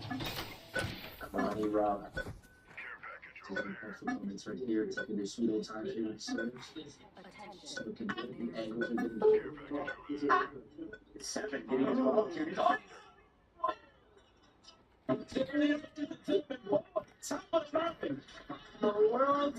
Mom dancing for subs. It's not Gazabi, it's the baby. Eddie, Glee, 아, 미치겠다.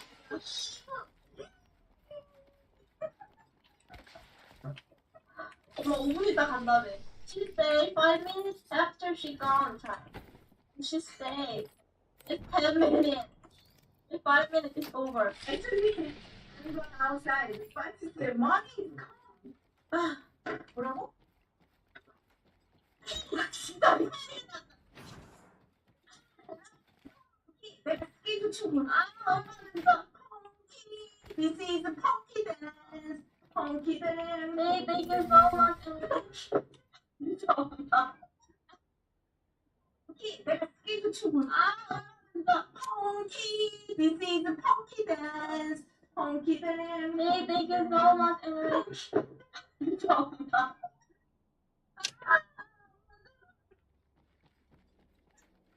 I know Zoe answers a question. Who is a real fat you or Russell? I am definitely the real fat. Russell is much thinner than me, and he takes better care of himself. I'm always eating hamburgers and sitting around all day. So I'm definitely the fatter one out of the two of us. Do you like Try Hard? Oh yeah, I love Try Hard. It's one of Jay almost dies after eating an unknown spices.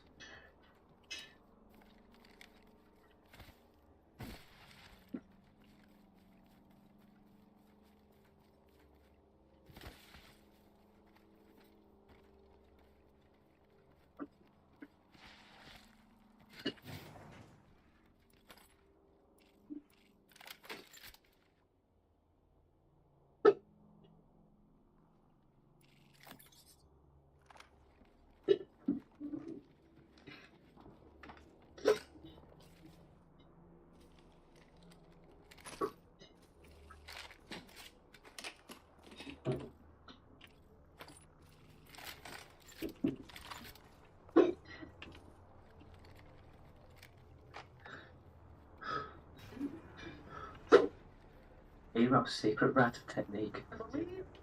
I got this, bro. I lied to Small Man earlier today. I lied to him, and I told him I was the lowest rank in the game and I had 30 hours in CSGO. He was having a whole I straight up lied to his ass. I don't give a fuck, man. He started playing the game yesterday. Dude, I was so scared Second was gonna pick me. Holy shit. You are the lowest rank? I'm not Super 1, man. I am a rat. I don't care. I was watching Jack sucks, kind of sucks too. I think. I'm not sure. We'll see. I can't be talking shit though. I gotta play. I still gotta play. You know what I mean? I gotta play. I have like 30 hours in the. Alright, I'm like lowest rank. I have like 30 hours. I don't really play shooters. Nick pulls a destiny. my entire life without being called a liar. I'm just like, you can Google it if you like. That's why I prove everything I said. Like, I don't have to fake stories. I can just prove everything I said. See, that's why I record every conversation I ever have. I know. You have to. You have to record every conversation. It is the worst. But then you play it back for them. How do you want to record it? With video too. Okay. I'm kidding. Question number 4. So we're going to go into Los Calientes Verde. This is 36K. Queen 69 reviews Starfield. I don't know, man. I feel so out of touch.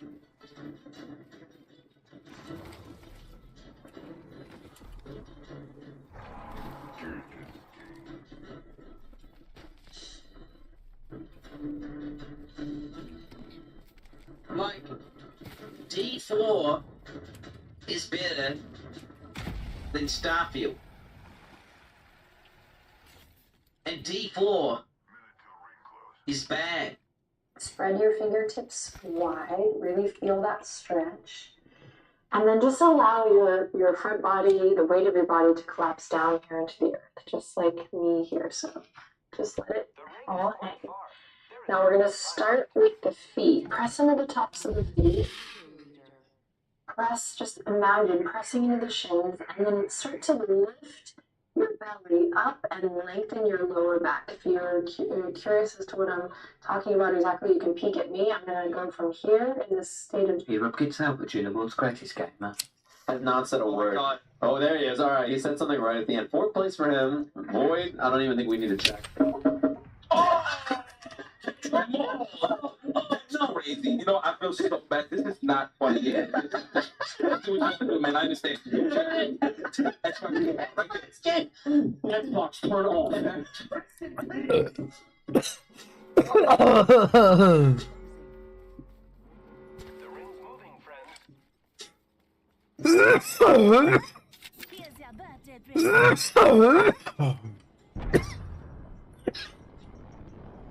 I need better guns.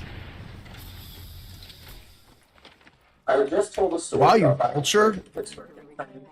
Steal shit from me, okay. You're from New York. Yeah. We live in Pittsburgh. Yes. How's it going? Yeah. What?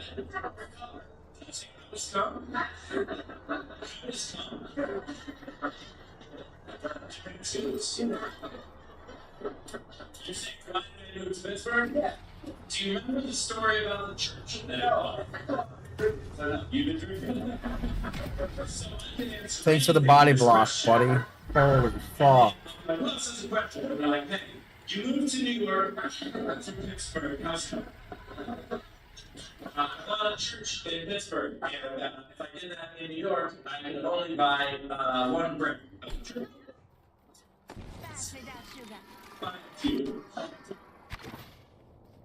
Two things that are not percentages.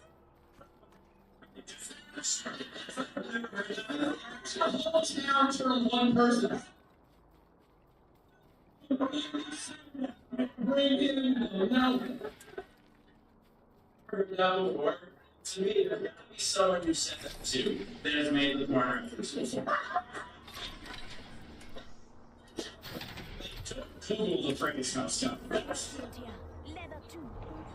Just my favorite thing about for learning regional dialects. And then Mark Shimkins read us some of the questions that people had texted in. That's the difference. What do you think a true Ginger Appreciation Day would or should look like or harder? Okay. He's chasing one, but I wouldn't chase too much, buddy. Appreciation Day should look like. First of all, kids in fuck you. That's you're a junior too. Sunburn?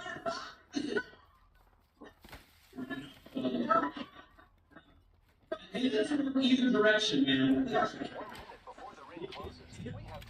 2, 1, 5. First of all, we know who's at rest. So I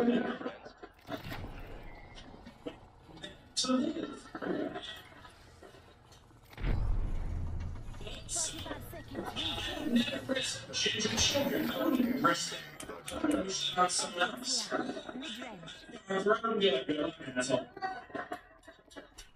And then we closed the show with Edie Courtney, a resident tour artist.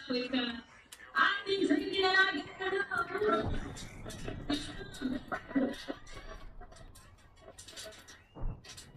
at 1 o'clock. Nothing could turn me off. Following, subscribing, and sharing these videos. If you don't yet, make sure you follow me on TikTok, YouTube, Facebook, Twitter, Instagram, and everything else. And of course, Patreon, where you can see videos like this before anyone, and 1 video a week, exclusively on Patreon. Patreon.com/Steve Thompson. I'm back touring again, and I'm performing just about everywhere. All over America, Canada, Europe, Australia, New Zealand, everywhere. Okay, that's not everywhere, but it's a lot of places. Get your tickets and find out more at SteveHofstetter.com. Is to toast the bun. Can you do that? Yeah. Ooh, can we toast our buns on the other pan? Of course you can. Because I am not that. Bitch, why are you so next to me, dog? Like, what are you doing? Jesus, what is it? Get away from me. I know, but you're just like over here, it's like, what are you doing? Just get by me. Holy shit, man. We have it, but I don't hate it. Make bread.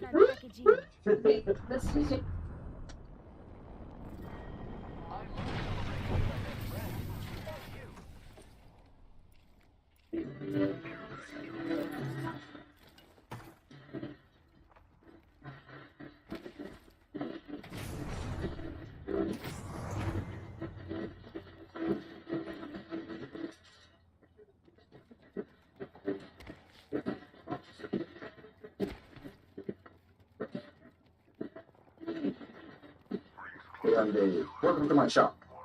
I'm Dave Plummer, a retired software engineer from Microsoft, going back to the MS-DOS and Windows 95 days.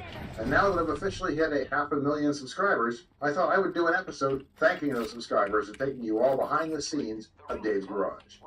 I'll show you the where, why, and how of producing a Dave's Garage episode, as well as the equipment involved in doing it and why I selected it. From idea to upload, I'll try to cover it all. Now, if you found the episode intro a bit surprising, that's perhaps because you may not be aware that Dave's Garage is, and always has been, filmed in front of a live studio audience. I just ask them to be quiet most of the time.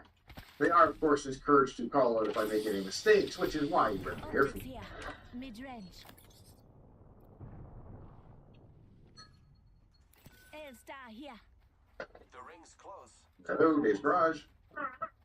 Yes. Yes. Well, who's calling, please? Sabina Hospital. Well, what can I do for you? Stop stealing your bit. You called me. That's what I thought. I thought that with today being the celebration of the 500,000 subscriber, I'd take some time to thank all of you who have subscribed over the last few years.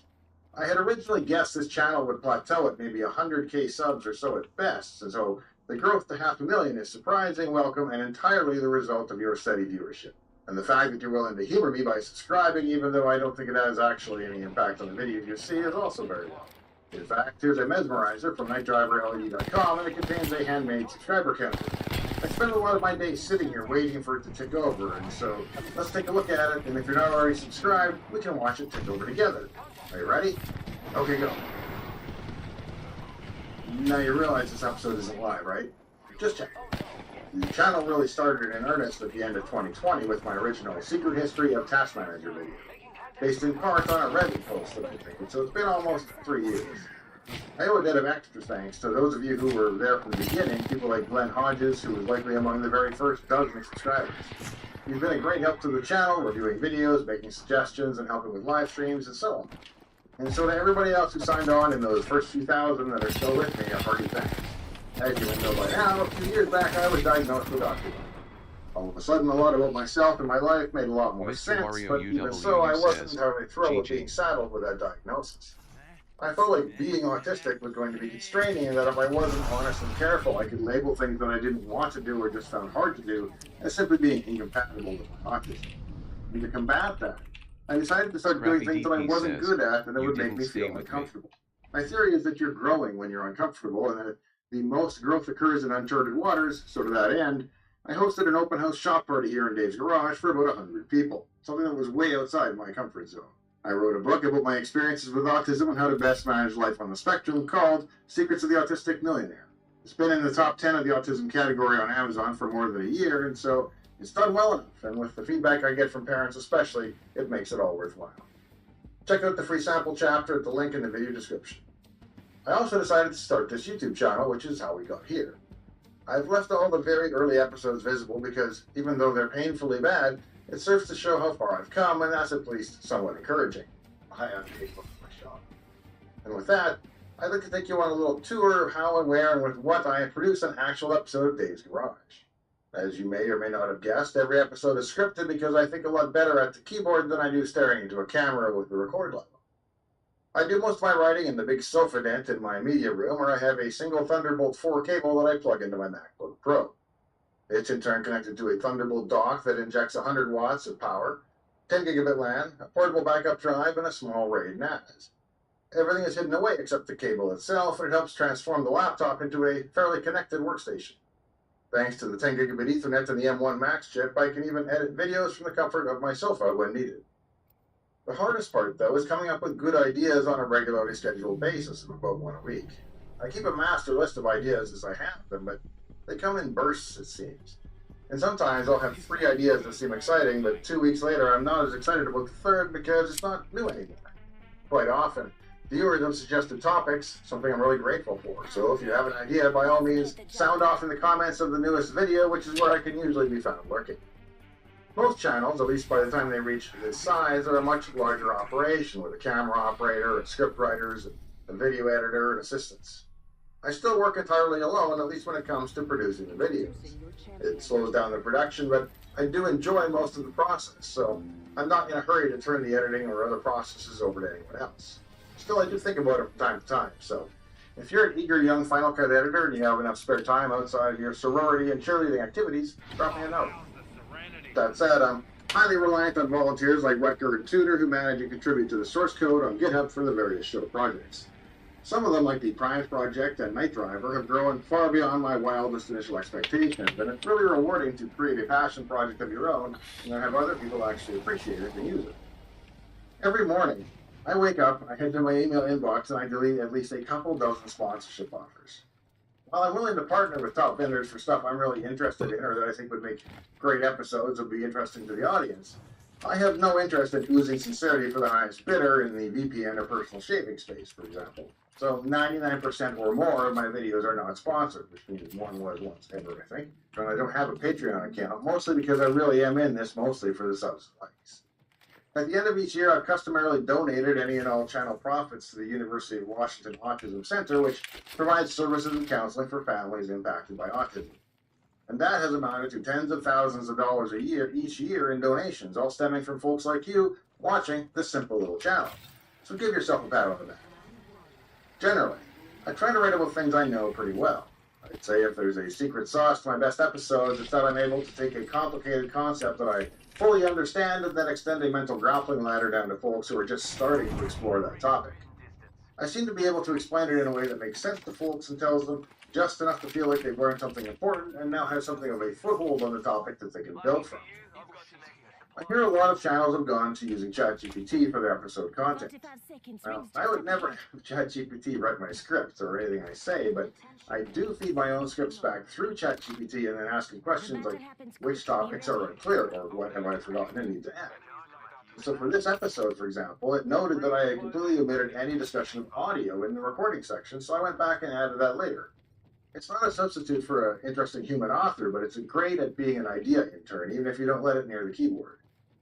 And speaking of recording, that is all normally done out here in what is quite literally Dave's garage, also known around the house as just the shop, which is my dedicated detached garage. It's a combination programming den, working auto shop, computer museum, and YouTube studio. I've allocated one main section to the studio. It features a bay window that I've blacked out so as to receive a more consistent lighting environment. That allows me to record at almost any time. Behind me in the default set, the windows are backlit with LED strips that are controlled by ESP32s that receive color data over the Wi-Fi using NightDriverLED.com. In fact, NightDriver controls most everything LED-based in the shop, with the exception of the Nanoleaf panels, which I purchased because even though they're stupid expensive, they're still really cool. Everything else is controlled by a Docker container running inside a Linux VM on our big 45-drive Storinator. The Storinator lives in a compressor closet because I built it to contain the sound of a 5-horsepower air compressor. That way, the sound is greatly reduced and I can still record here in the shop. The Storinator features 30 14-terabyte drives for a total storage of 420 terabytes, which allows me to retain most of my episodes in their original form. There are also 2 cache SSDs, a log SSD, and 3 metadata SSDs. It supports 384 gigabytes of RAM and serves as our virtualization server as well, and it's got plenty of space for future growth. Embarrassing, fell off the map. If there's anything I do need a lot more of, though, it's workbench space for projects. I'm currently in the middle of repairing a 5950 Ryzen desktop that wouldn't boot, restoring a pair of pretty nasty Super Pets that I acquired, and I've got the Alt-F one in the queue as well, and also an MSI that hasn't even arrived yet, and I'm already out of room.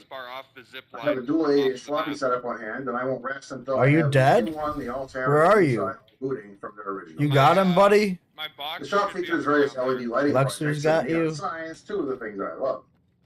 Across from the studio can be found my little computer museum, which contains a rotating display of TEC 2001s in amber green and white, a TRS-80, an Altair, That's what we're trying to do. a PCXT, a PS2 Model 95, a C64, a C128D, and an Amiga 2500 HD. As I think I've mentioned, I did find a mint inside recently and hopes I have that soon. So until then, I'll have to be content with my replica. Once I've written the episode, it's time to record it. For recording the episodes, I use a Sony FX3 recording in ProRes. Aren't you the guy that said we need to go?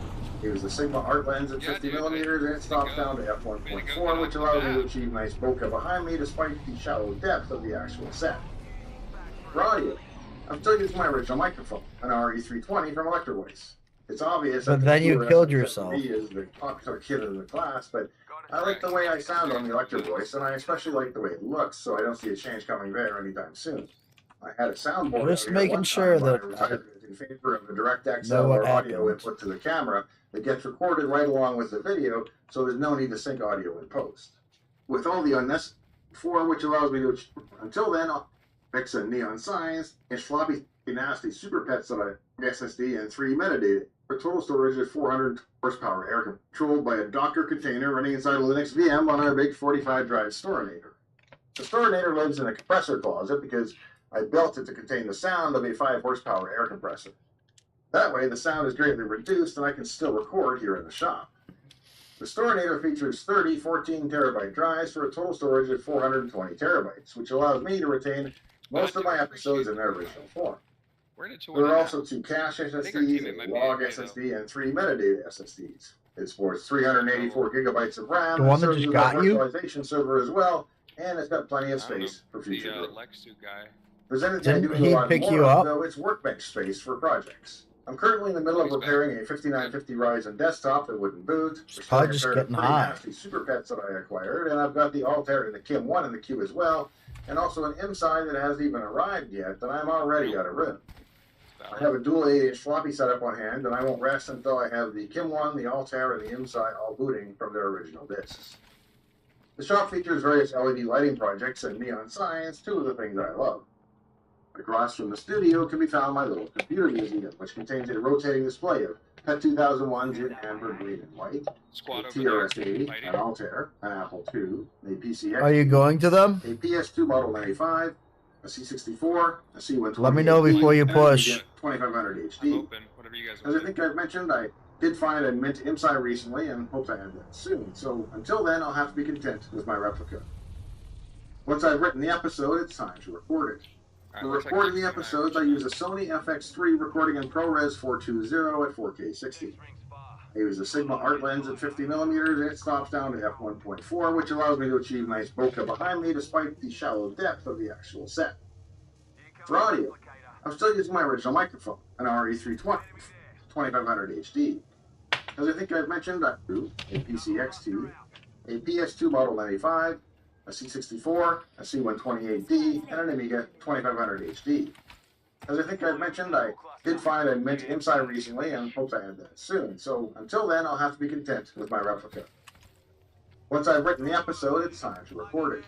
For recording the episodes, I use a Sony FX3 recording in ProRes 420 at 4K 60.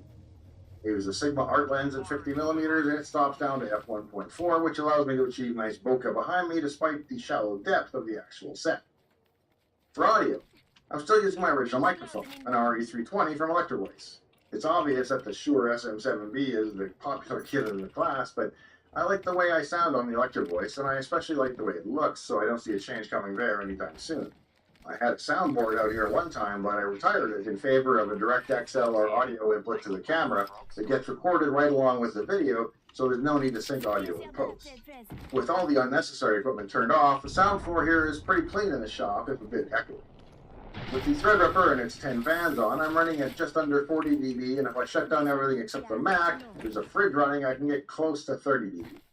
That's the minimum the meter can record, so I think that's pretty decent. I also pulled down a curtain that I rigged up on a shower rod in order to close me off here into a smaller acoustic corner, and that helps prevent some echo and reverb. For lighting, I'm using an Aperture 120D and have a light dome 2 on it.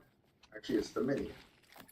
I have to lug it around here into a smaller acoustic corner, and that helps prevent some echo and reverb. For lighting, I'm using an Aperture 120D and have a light dome 2 on it. Actually, it's the Mini. I have to lug it around and set it up each time, but it does a really nice job of lighting the subject with diffuse white light without illuminating the entire room. I like some strong color contrast in my background and that awesome Rembrandt effect that all the kids are doing these days. That's what I like. The FX time, but it does a really nice job of lighting the subject with diffuse white light without illuminating the entire room. I like some strong color contrast in my background and that awesome Rembrandt effect that all the kids are doing these days. That's what I like. The FX3 does an exemplary job, and I'm not really a camera nerd, so I wouldn't hold your breath waiting for me to upgrade to a red camera or to start rocking 8K footage anytime soon. I'm pretty happy with the combination of lighting, video, and sound that I've arrived at for now, but who knows how I'll feel about it when I look back at it in a couple of years. And by the way, I'll try to put links to in the video description to all the equipment that I use in case you're curious. In order to read the episodes, I use a Glide Gear teleprompter. The teleprompter has a prismatic mirror that allows me to look dead straight into the camera. In my early episodes, I used the full width of the prompter and I sat a little closer to the camera so you could really see my eyes tracking the script, and I find them almost unwatchable now.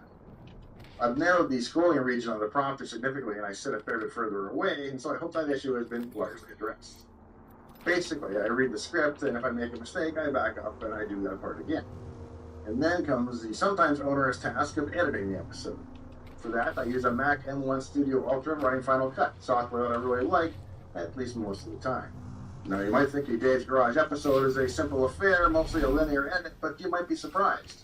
I spend somewhere between 4 and 8 hours editing the footage and tying in B-roll and diagrams, and it can go longer for a more complicated episode. I've never really been certain that the extra work translates into more views, but I enjoy the editing process, and it's where I feel the most creative. Once I've finished editing the episode, it's time to render it.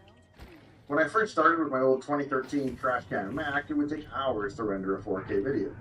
These days on the Mac Studio, it's almost about half of real time, even at high-res 4K, so that part has become a lot faster and easier.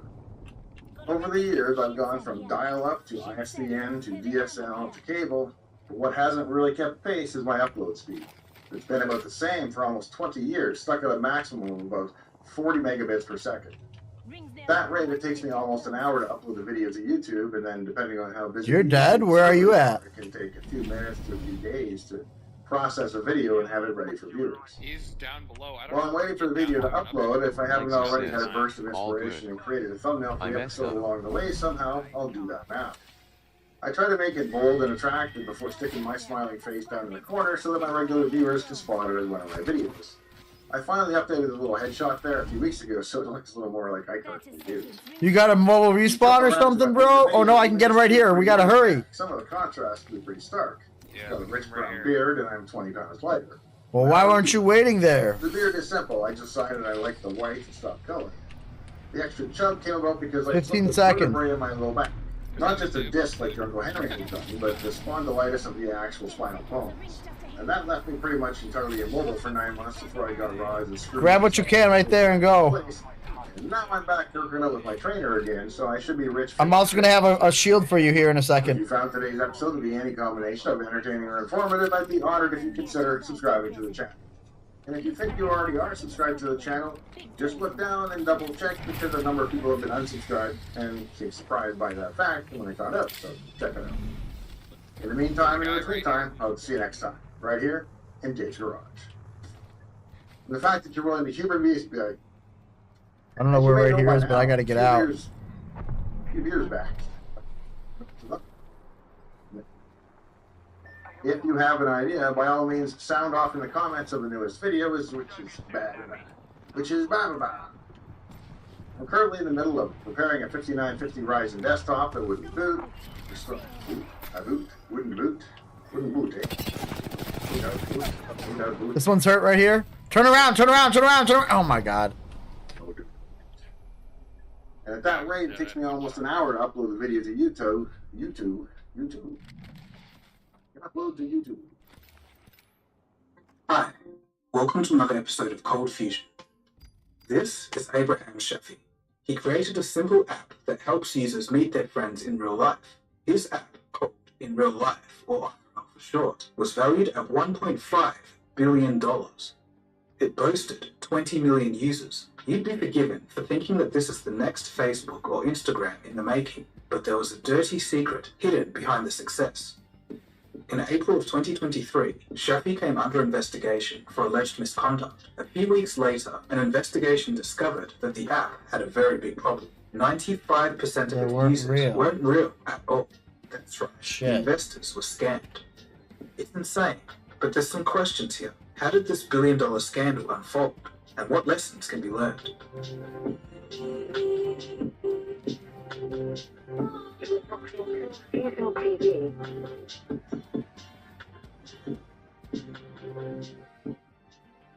Son of an Egyptian immigrant, IRL's CEO, Abraham Shafi, was inspired by his father's resilience.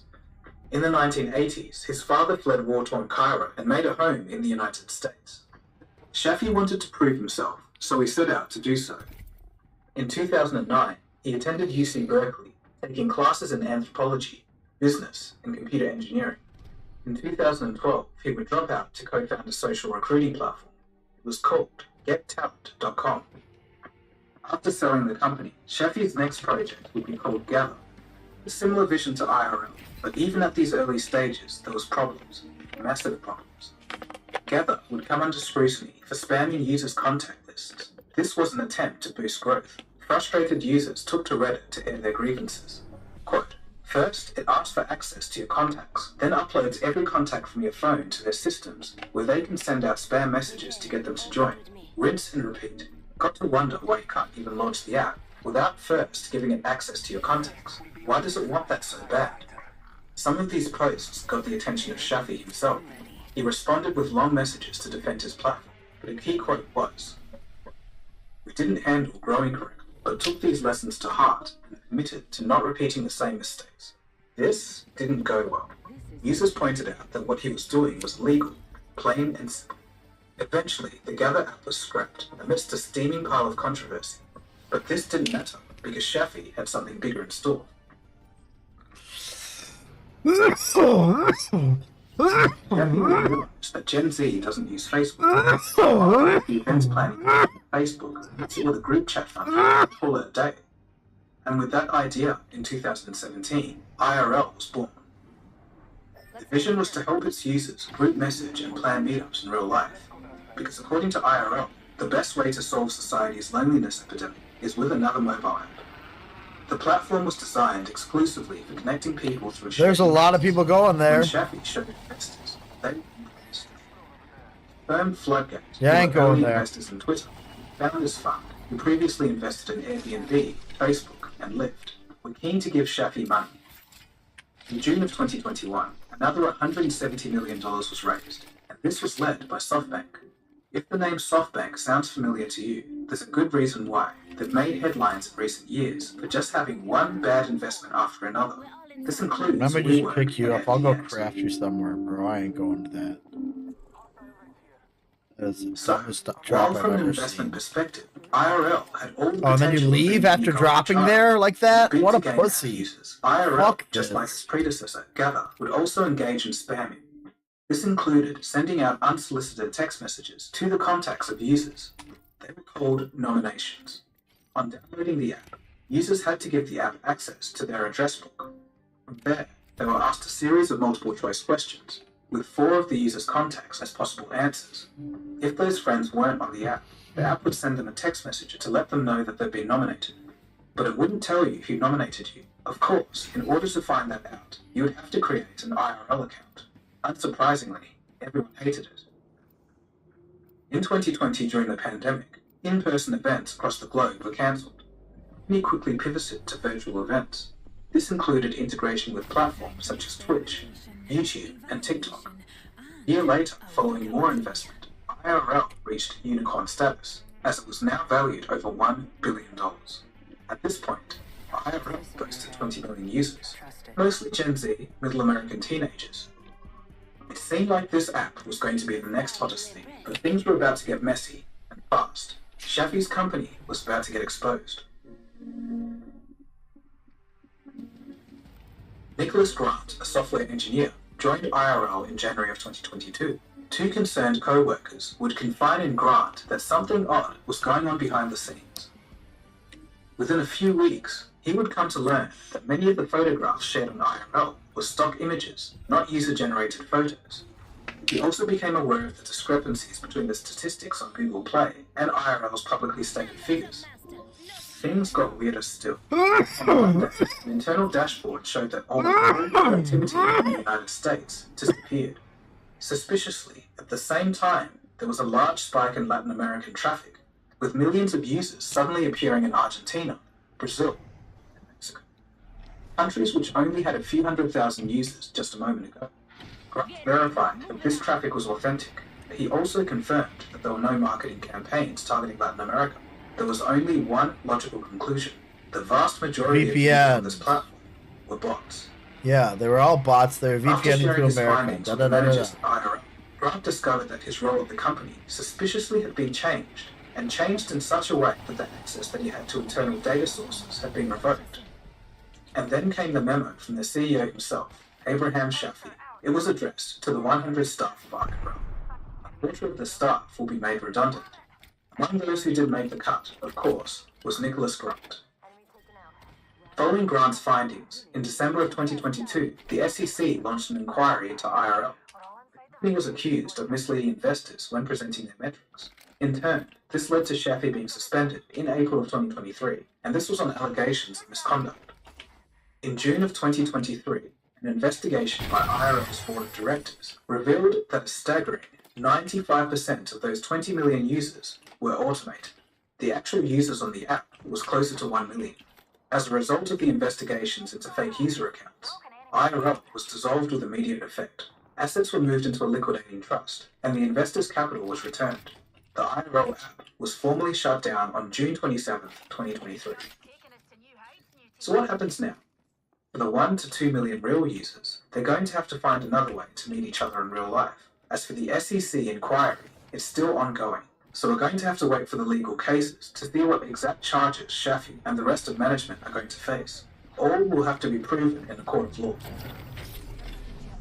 On July 5th, Shafi took to LinkedIn to make a public statement.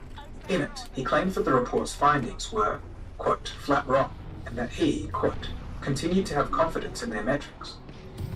In an interview, he would explain that the differences between his figures and the external estimates come down to the majority of the user base being teenagers. He says that for privacy reasons, it's harder to track these users' data.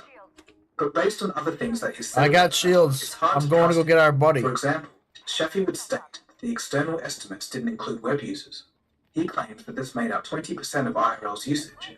However, other external estimates don't agree. The monthly web visits would be about 270,000, far short of the millions he's claiming.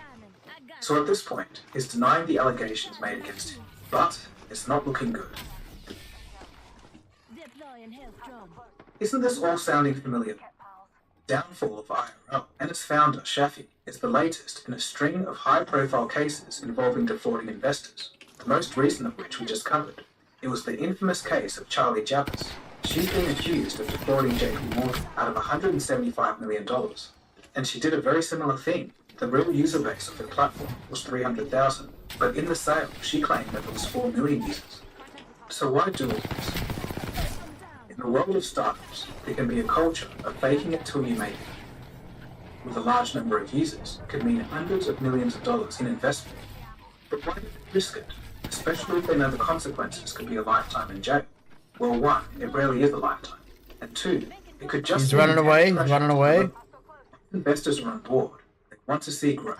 Genuinely growing an active. You got time to pick him up. You're good. You're good. You're good. He's still here. May try to take shortcuts. He's coming. He's coming. But the one question that we all want to know the answer to is, how do these guys think that they can just get away with faking numbers? You just got that one to do. People are going to find out. Maybe the fame and fortune is just too alluring. So that is the story of IRL, the social media app that promised to help friends meet in real life. Although it turned out that there were very few real-life users. We've got quite the collection of colourful characters now in Cold Fusion. SBF, Charlie Jabbas, Elizabeth Holmes, Pepper Milton, Do Kwon, and now Abraham Shafi. Something tells me that this isn't going to be the last high-profile fraud case that we see. Now that the days of low interest rates and free-flowing cash may be behind us, investors are doing more due diligence. Perhaps the times of fake it till you make it may well and truly be over. And that's a good thing in my book. I'll leave you with a question. Think that there's more fraud happening? Or are we just getting better at identifying if more fraud is happening? Why do you think that is? Feel free to discuss in the comments section below. So anyway, thanks for watching. If you want to see stuff on science, technology or business, take a look around Cold Fusion. Alright, so my name is Dagogo, and you've been watching Cold Fusion. I'll catch you again soon for the next episode. Cheers, guys. Have a good night.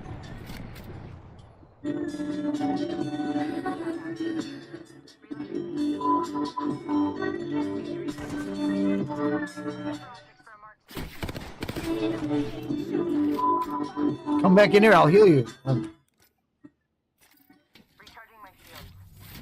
Fusion, continue thinking. Deploying health drone. Recharging my shields.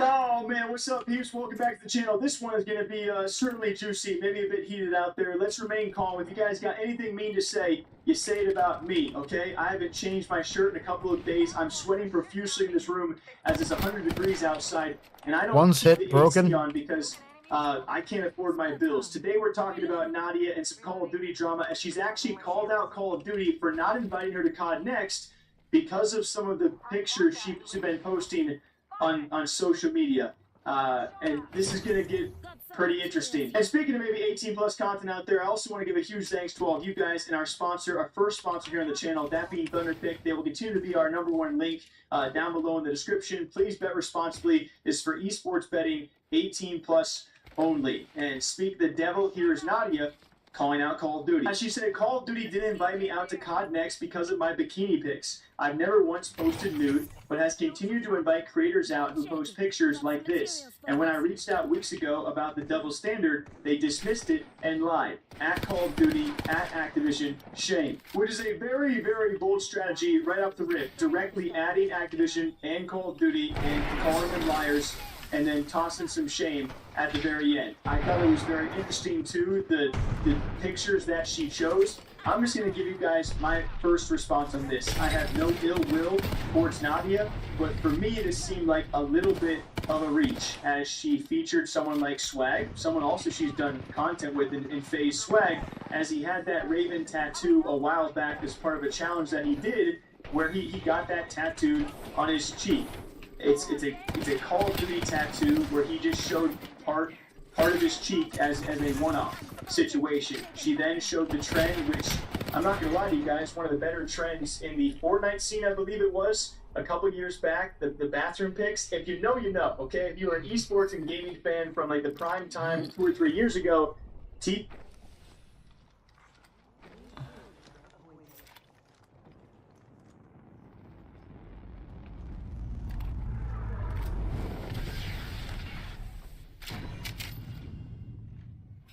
This may have come before this. I would argue that the iPhone's true ancestor was actually this. While the iPhone eventually made everything that came before it look obsolete, the Apple Newton didn't quite catch on in the same way. And when Steve Jobs returned to Apple in 1997, he immediately killed it.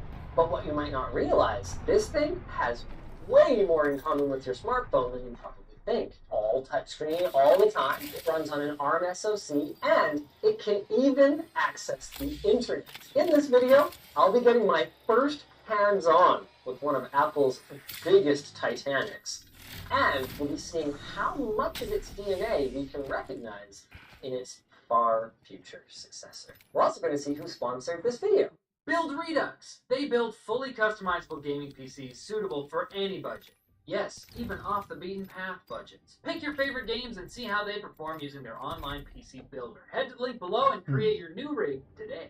If you've heard of the Apple Newton, chances are you are at least as old as I am, very geeky, an Apple fan, or most likely some combination of the three. It's one of the first PDAs, or personal digital assistants, ever, and possibly even the first with a stylus. It's also the one to coin the term PDA. Newton was a weird product. It was one of those ones that launched in the era when Steve Jobs was in exile at Next Computer. And the idea was kind of actually pretty smart, to take a powerful but efficient ARM SoC, put it in a small, aesthetically pleasing package, well, that part's arguable, and then use it to make a sort of digital notepad, address book, and planner all in one compact little box. Why not a mobile phone? Yes, these things take time and text messaging didn't even exist yet. If you look at the original Newton message pad, though, it does kind of look an awful lot like the iPhone later did, doesn't it? It's all screen, it's driven by touch input,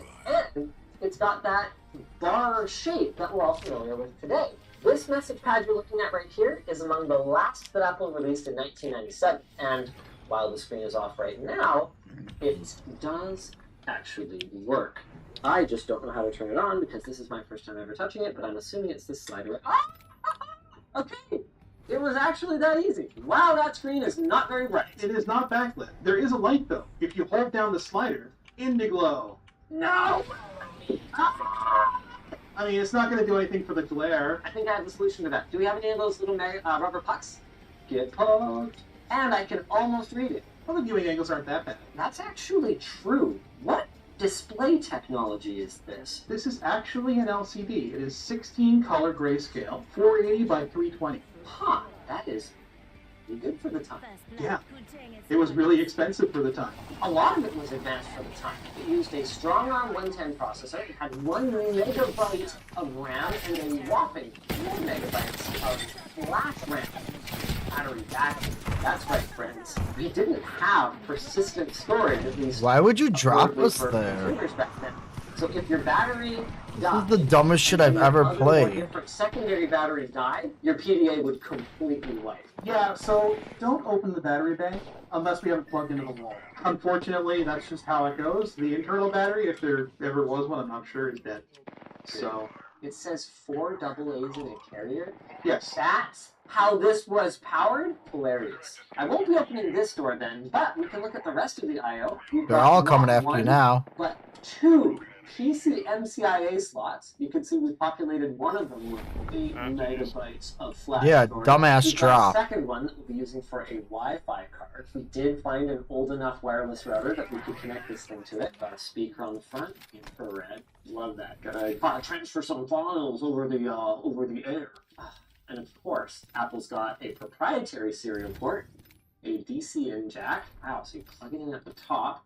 Integrated stylus storage, though, that's nice to see. It's so funny to me how Apple was the first with a stylus, and now they hate the idea of them so much that they won't even call their stylus a stylus. It's a pencil. you want to see something really cool?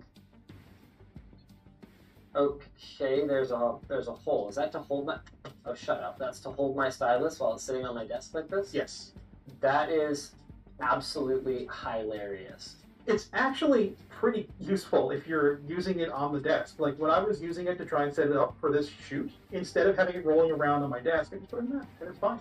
Brilliant. Yeah. It has a mic in? It does have a mic, yes. You can make voice recordings. And in fact, with a modem, you could make calls. But you'd need a PCMCIA modem. And you'd need to be plugged into the wall. Well, yes, you would. Oh my gosh. The Cruise Card by CS Robotics. That would have been actually a pretty good modem back in the day. Now that's a name I've not heard in a very long time. We won't be using this stuff. We're going to be using... Right, we don't have anything plugged in. This Orinoco Wi-Fi card. 11 megabit. 802.11b. Let's go. It supports WEP. Wait, as modern as some aspects of it are, though, I gotta say, I'm glad that some of these soft touch coatings. Have we, though? They're still around sometimes. They do not last.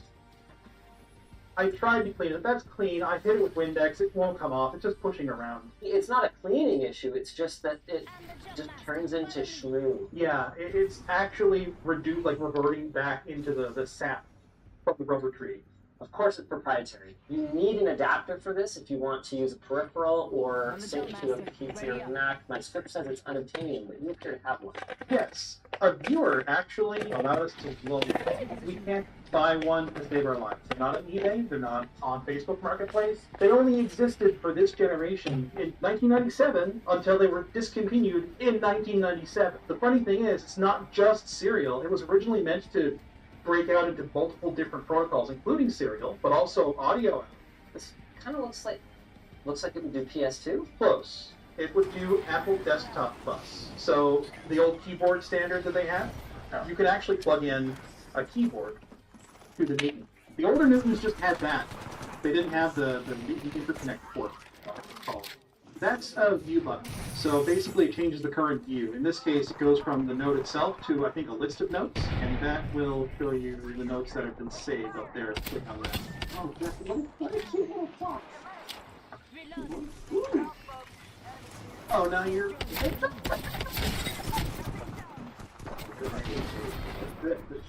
Why do you drop there like that? That is the dumbest shit I've ever seen.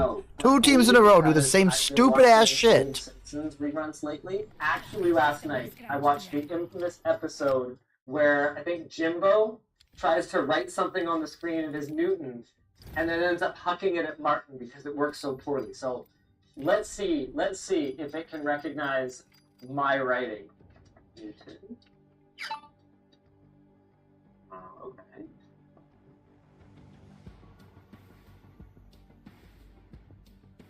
Kind of usable.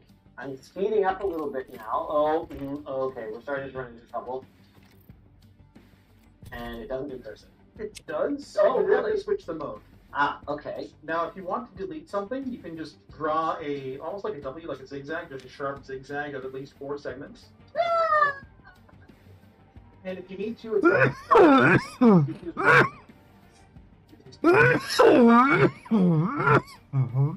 Oh, yeah, okay, that worked. I was just in a different text input mode. I was in ink text. Hello. I wrote cursive, and then it just takes an image of what you wrote, and then it just plunks it all next to each other. So that way you can just write in the same spot. And it'll... Then hit the I down on the bottom left. Are you saying this didn't catch on? No, it didn't catch on. I don't know. So then you can change it from... Yeah, so you need to change the mode directly to cursive. Hello? Allah. Oh my goodness, my cursive is terrible. It's supposed to learn your writing over the course of several weeks or months. Try to, okay. 2. This would not be a time saver. Well, yeah, there's a reason why on-screen keyboards took off. How do I get to a home screen or something? That is the home screen. So it's just a note thing? What do you mean by home screen? You want like apps or something like that? Yeah, the apps. Yeah, if you go to extras. Ooh, extras. Ooh, all sorts of stuff you can look at. Right there is the unfiled icons. Unfiled icons is basically whatever you haven't categorized. If you touch the tab title, you'll get a little pop-up menu. Ooh, you can see other things. Okay. I mean, it was inevitable, wasn't it? No way. It is full of games. What? When did people start hating gamers? Well, to be fair, they weren't preloaded. I had to load them in myself. They did exist. Rocks in space. That has to be absolutely. That's kind of part of the problem with all this software is that it is very old. Registering it is not straightforward anymore. So all of this is pretty much demos. I've noticed that some of them have decided that the trial's over after I launched them once. Did you try this one? I have not. This is the first time I've ever played it. I've seen it played. You hold to rotate, and then hold to go forward, and then you can like hold to rotate. This is terrible. Well, there's only so much you can do with a stylus. I mean, it's not like touch screens would ever catch on, right? Bronze versus cars. Who will win? Dead. They're really What the crap? Oh, I've played a lot of Frogger. This is not Frogger. It is legally distinct from Frogger. It is Frogs versus Cars. Yeah, I don't think they get as far as taking on the cars. I would like to make a voice recording. That's another very modern functionality that this thing has. So you would go, I think it might actually be in the main notes app. There should be a way to change the stationery. You're recording. Hey! After our conversation at the golf course,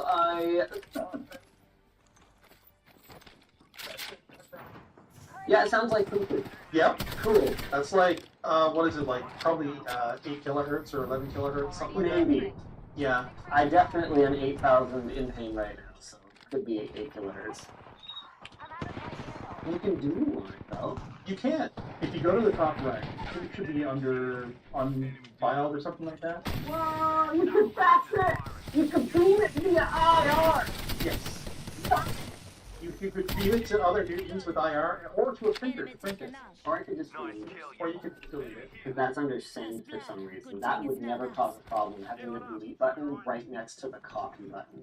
Hey! OTPstore.com, let's go! I had to get it in there somehow. Yeah, don't go to that address. You can actually enable a drawing mode that does like vector shapes. That actually lets you adjust to the points of the vector shapes. So if you can't get it quite right with just the stylus, which is a little fiddly, it's not super accurate all the time in every corner of the Newton. Oh yeah, I see it. Yeah, and you can resize stuff. In fact, if you hold on anything, just like touch and hold, after that, okay, so when it squeaks, what that's doing is highlighting. So anything you highlight will be selected. This is system-wide, including text. So with this selection, you can now move it. Let's make a stubby screw. Oh, the stubby. That's more like the precision screwdriver. Well, I think the next thing for us to do is to connect this bad boy to the internet. No, I think the next thing to do is to try the keyboard. Shut up! We got the keyboard? Yeah, the same person who lent us this also lent us this. Hey, I'm not even, a huge Apple history geek or anything like that. I didn't even really know about this thing, other than that I saw a picture of it a couple times. This is pretty cool. I'm a little confused as to what exactly. Oh, way! No way! This is what holds it up? It has the sharp side of a hook and loop fastener, and the soft side, so it could be any angle you want, as long as it's this angle. It's the precursor to the Magic Keyboard and the Folio. No! Oh, wait a sec. Can you switch it to landscape mode? You sure can. It should be noted, by the way, everything is done with the stylus. I cannot use my fingers. Resistive, not capacitive. You can use your fingernail, but I wouldn't recommend it. It's not very good. Where are you going? Auto dock. No. Okay. Sorry. If you go to the just close out of that. Close out of that. It's like hurting a cat. How can you hurt a cat? Cats are nice. I wouldn't hurt a cat. Optics here.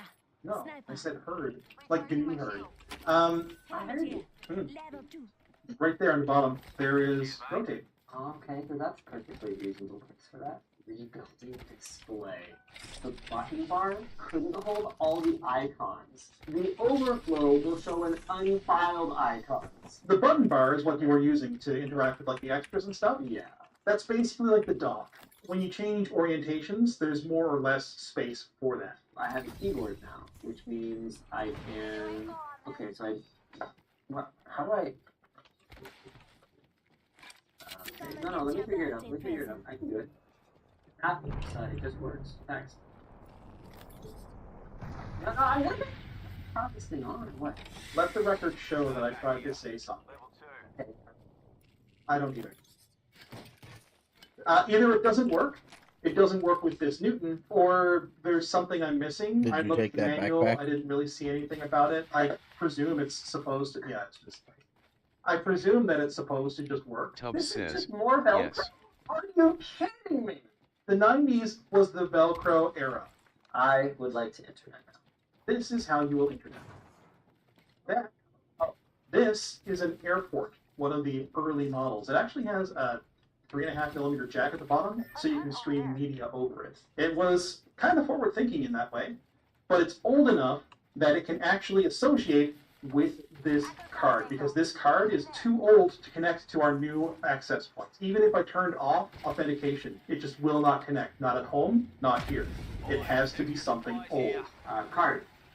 Sort of. That's where you would go to set it up. I've already done that. Oh, okay. Actually, there's a couple different places you need to set up the internet on this thing. It's not meant for this. It was never built for Wi-Fi. But if you go to Apple Talk, connect using Lucid. Yeah, again, this is more setup. Okay. Where you want to go. I want to go to Dock. Go to the tab. Yes. Internet. Yes. No. Now, try using Courier. Welcome to the old internet. Oh, that probably remembered the same page that I had loaded up previously. What you're going to want to do is maybe refresh the page. Try that.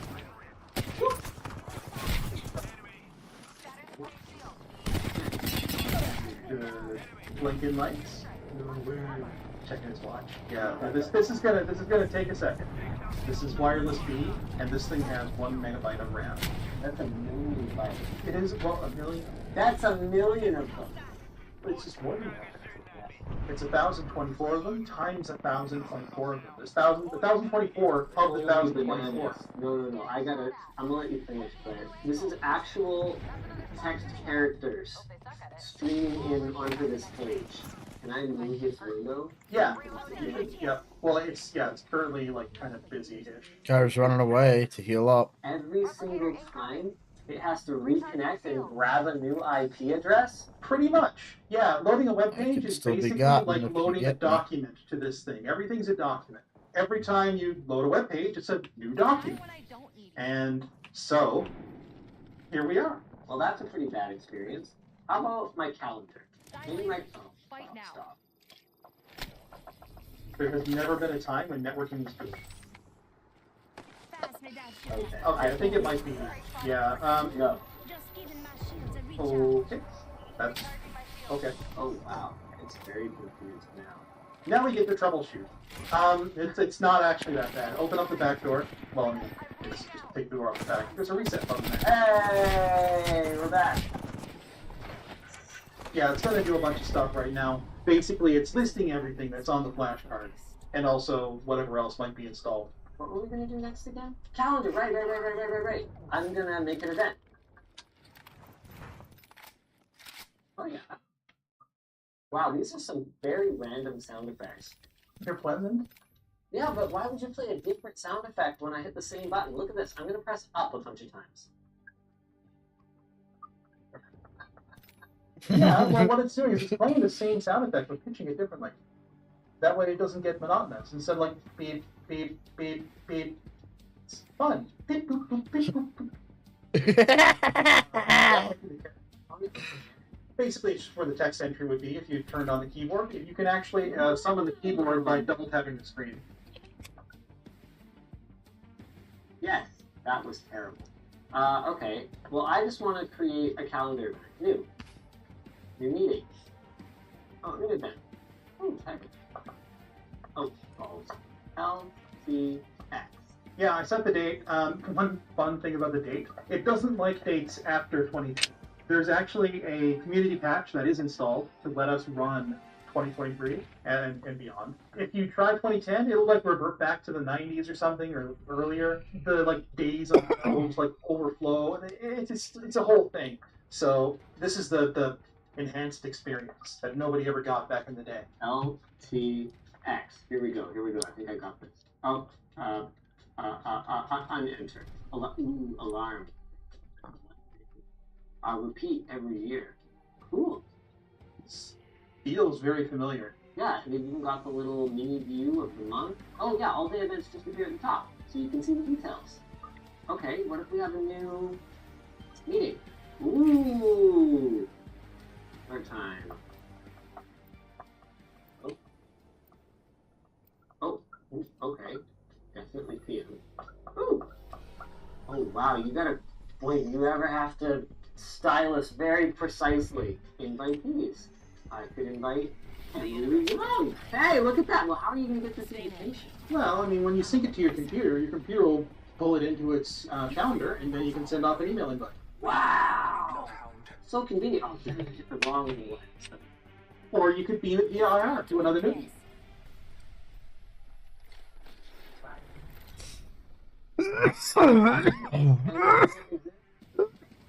I forgot I put that in there. No, wait. Okay, next, Mario Brothers. Sorry, problem has occurred. Oh. Yeah, the problem has occurred. I'm not playing my damn game right now. No, right. Wait, whoa, look at these controls. This is my D-pad. And you couldn't close the deal. What is friggin' happening? It's like pausing the whole thing whenever I press a thing. Did this just crap? Oh. What is A and A hold and A auto? A hold basically means you're holding down the A button. A is just quick A tap. So like a frame of paint. Just because you can't really have those nuances so much with a stylus, I guess. I don't know why. Speaking of nuances, the D-pad, I think is continuous. Once you touch it, it keeps going in that direction. That's what the middle button is for, is to stop your movement. Also, there's a sound button down in the bottom left. This is quite possibly the single worst thing I've ever seen. Could you legitimately say that if you had this back in the day, that you would not have appreciated that? Oh, I don't think. As limited as this thing seems today, though, the specs on it were pretty monstrous for the time. The Palm Pilot, which came out at around the same time, ended up being much more successful, but Who are you had talking as little to? as half a megabyte of memory, though, came at a lower price, which probably has something to do with its success. Even though it had other limitations, like even though both of them rely on the stylus for input, Palm Pilot only recognized a special graffiti alphabet. The Newton's claim to fame from day zero has been what Apple called calligraphy. Actually, as I dug deeper after the shoot, it turns out that the modern telling of this story online is shockingly inconsistent. Like, the best I can determine from sources of the time is that the Newton's first generation used a licensed cursive recognition system called Calligrapher from Dr. Stepan Pachikov's Paragraph International. The second generation system used in our MessagePad 2000 was based on an early machine learning technology and called Rosetta, later renamed Mondello because that name was already in use. That was developed in-house by Apple's Advanced Technology Group, led by Larry Gager, and went on to become Inkwell in macOS. The more you know. Recognition software that would learn your handwriting over the course of weeks or months. With the Newton, you could write anywhere on the screen, and this functionality would later make its way into macOS and iPadOS. The only problem, the problem that may have killed the whole product line, Steve Jobs being angry about anything that happened at Apple while he was gone aside, is that handwriting recognition was not very good on the first models. An example of over-promising and under-delivering. While an on-screen keyboard could be used and the recognition would improve in Newton OS 2.0, physical keyboards were such a common accessory that Apple launched the eMate line with a keyboard built in, and the 2000 line, like this one, would ship with those in the box. Now, Steve Jobs, who never forgave John Scully, the CEO who ousted him and greenlit the Newton, did end up canceling the product line not long after he retook the reins in 1997, but while he might not have liked the stylus, famously quipping that we're born with 10 of them, he was almost certainly inspired by the device, saying that there was really good technology that was fucked up by management, and shutting it down was more about freeing up good engineers to work on a new device.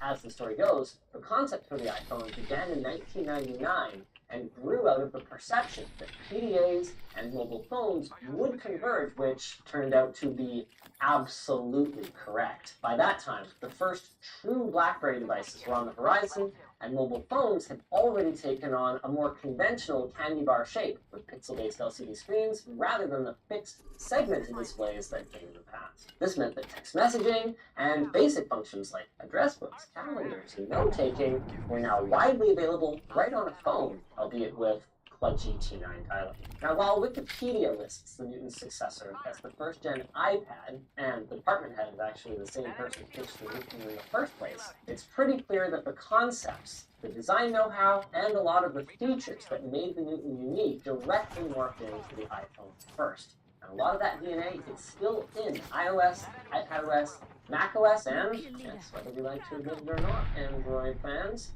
even Android. Just like I'm still present to tell you about our sponsor. Red Magic. They care deeply for the poor souls stuck on a long commute to work, withering away from a lack of game time. That's why they make blisteringly fast, gamer-centric phones like their latest Red Magic 8S Pro, featuring a top-of-the-line Snapdragon 8 Gen 2 chip, a lightning-quick 120Hz refresh rate, a 6.8-inch AMOLED screen with a 94% screen-to-body ratio, and a packed-to-the-brim 6,000 mAh battery. You can game more smoothly and for even longer than ever. Gamers will also love the upgraded ICE 12.0 cooling system and a pair of 520Hz shoulder triggers. You know who won't love that stuff? Your opponents.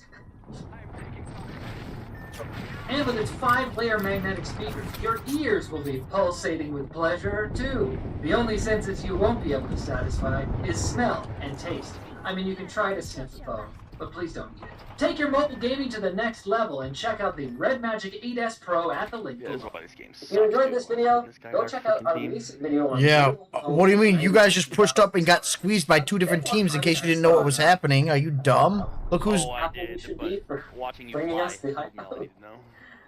watching me fly. Do you see me in the air at all? I'm fucking lifeline, bro. Yeah, I'm flying on the ground. Yeah, that makes a lot of sense. Okay, bro. Yeah, Over the last 2 days, we've taken an extensive look into how Starfield runs on a variety of graphics cards, what impact each of the settings has on visuals, and how to optimize the game into GPU-limited scenarios. But Starfield isn't just a demanding game on GPU hardware. I think both of you are dead, right? Hard as well, meaning that gamers wanting an ultimate experience will need strong hardware in all areas. What does that mean? Is that the goal of the game, to do damage to people? On the minimum spec CPU for the game, AMD's Ryzen 5 2600X, and what sort of experience you can expect from that 5-year-old processor. Okay, good luck doing that. Game settings can be tweaked to While you're laying on the ground. And finally, we'll wrap things up with a discussion on what can be done about the CPU limit. Fingers crossed we can optimize the experience somewhat for those struggling under the weight of Starfield's CPU demands. If we look at the system requirements for Starfield, the minimum spec does kind of give away that the game is punishing on PC. Starfield requires either a Ryzen 5 2600X or Intel's Core i7 6800K at minimum, alongside stuff like 16GB of RAM, an SSD, and GPUs like an RX 5700 or GTX 1070 Ti. If we compare that to other demanding titles from 2023, we see that the typical min-spec CPU is much lower. Star Wars Jedi Survivor isn't known for amazing CPU performance, but its min-spec CPU is the Ryzen 5 1400, and the same CPU is required for Hogwarts Legacy. The Last of Us Part 1 requires a Ryzen 5 1500X. So Starfield requiring at least a 2600X is a hint that this game's CPU demands are higher than other recent titles. So how does Starfield run on the 2600X? I paired the CPU in my test system with 16GB of DDR4 3600 memory and a powerful NVIDIA GeForce RTX 4080 GPU to assess how it runs while CPU limited. Here we see some gameplay in New Atlantis, a city area of Starfield, and it's those cities that typically see the highest CPU demand in the game. I'm running it at 1080p using ultra settings, and there's a few interesting observations. In terms of frame rate, there's good and bad news. The bad news is that the 2600X is mostly limited to around a 40 FPS average in the most demanding areas, so this isn't a significant uplift over the consoles, which are capped to 30 FPS. There is also noticeable stuttering with this setup. It's not a persistent stutter, but I found repeatable stutters when transitioning between different areas of the open world. As you traverse the game and these assets need to load in, the 2600X really struggles to keep up and stutters appear, something you don't see on higher-end CPUs which deliver a much smoother experience overall. The good news is that despite being the min-spec CPU, the 2600X doesn't average 30 FPS, which would be a bit of a disaster as a 30 FPS average typically means drops below 30 FPS on a consistent basis. And you never really know what a game developer means when they say min-spec CPU. It can often mean averaging 30 FPS. In the most demanding areas, we did see performance dip to around 30 FPS or slightly below at times, but typically you'd see performance above that. The 2600X is therefore borderline playable for gamers satisfied with around a 40 FPS experience, and yes, 40 FPS is quite a bit better than 30 FPS in terms of responsiveness and smoothness. There's also a few interesting observations to be made about GPU and CPU utilization here. Now these are rough metrics that don't always indicate everything going on in a system, and we can see that the 4080 is significantly using ultra settings. Are you chasing these 2 teams? However, the CPU also doesn't appear to fully max out. At most, we saw utilization top out in the 80 to 90% range. Usage is spread evenly over the cores, and there's no one thread that is getting choked up to 100% utilization. This can differ on other CPUs. We've also seen some systems where individual cores do get maxed out, and others that are more like this. While there is heavy CPU utilization here and performance does improve with the faster CPU, suggesting some sort of CPU limit, it's hard to know exactly where the bottleneck lies. Is it single-core performance, multi-core performance, cache, memory, front-end? Utilization alone doesn't tell us this, and it's easy to fall into the trap of looking at these numbers and thinking something is wrong with your system. This may just be how the stats look in Starfield for a CPU limit. The situation doesn't change all that much testing the 2600X using 1080p low settings without upscaling. The game is still CPU limited and you're unlikely to see much more than 45 FPS in the most demanding areas. This doesn't bode well for CPU scaling across the various quality settings, but we'll explore that soon.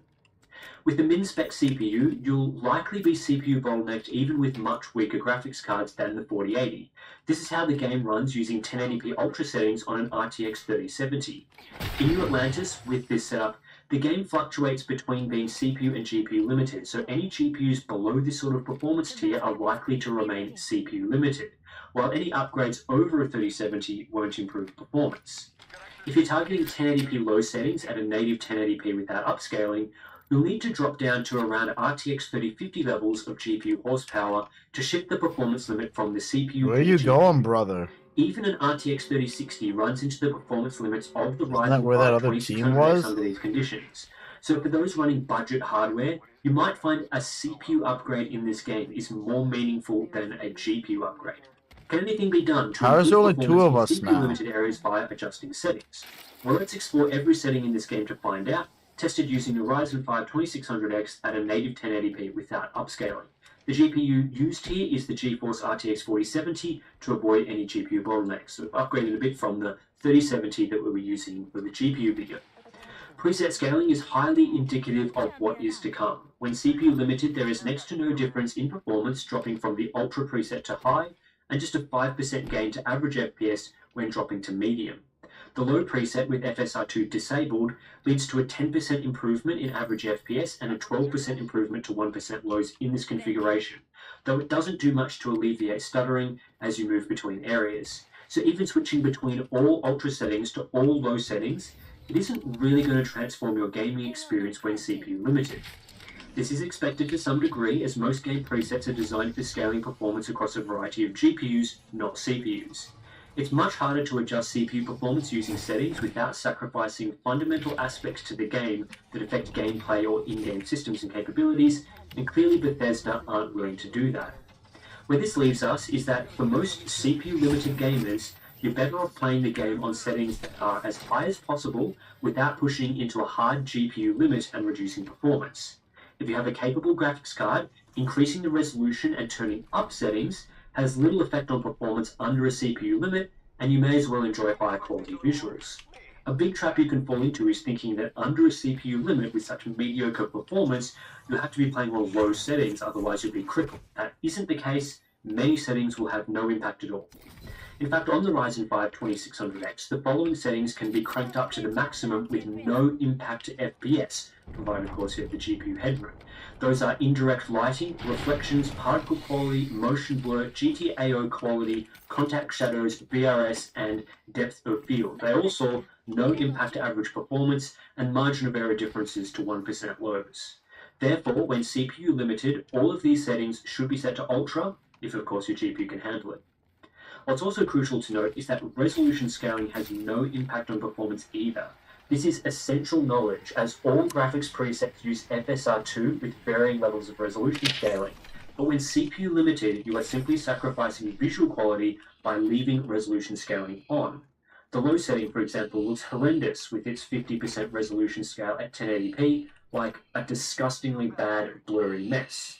But running FSR2 at 50% with the CPU limit makes no sense, as it has no performance benefit, so be sure to disable that. Some settings have a minor impact to performance. Shadow quality, for example, saw up to a 4% performance improvement, dropping from ultra to low. Given this is one of the more demanding settings on the GPU, it's possible this improvement is largely due to even if CPU work is a large component of overall render time, reducing GPU work can shorten the time it takes to render a frame slightly and thus deliver a performance benefit. From what we've seen previously in terms of visual quality, CPU-limited gamers might want to explore using medium shadow quality for a small boost to FPS. I did see around a 3% gain to 1% low FPS when reducing volumetric lighting quality from ultra to high. I'd recommend doing this as it has very little impact of visual quality, however it's a minor change that doesn't affect average performance to any significant degree. Crowd density is one setting that does improve performance under a CPU limit, but the gain isn't substantial in the area we tested.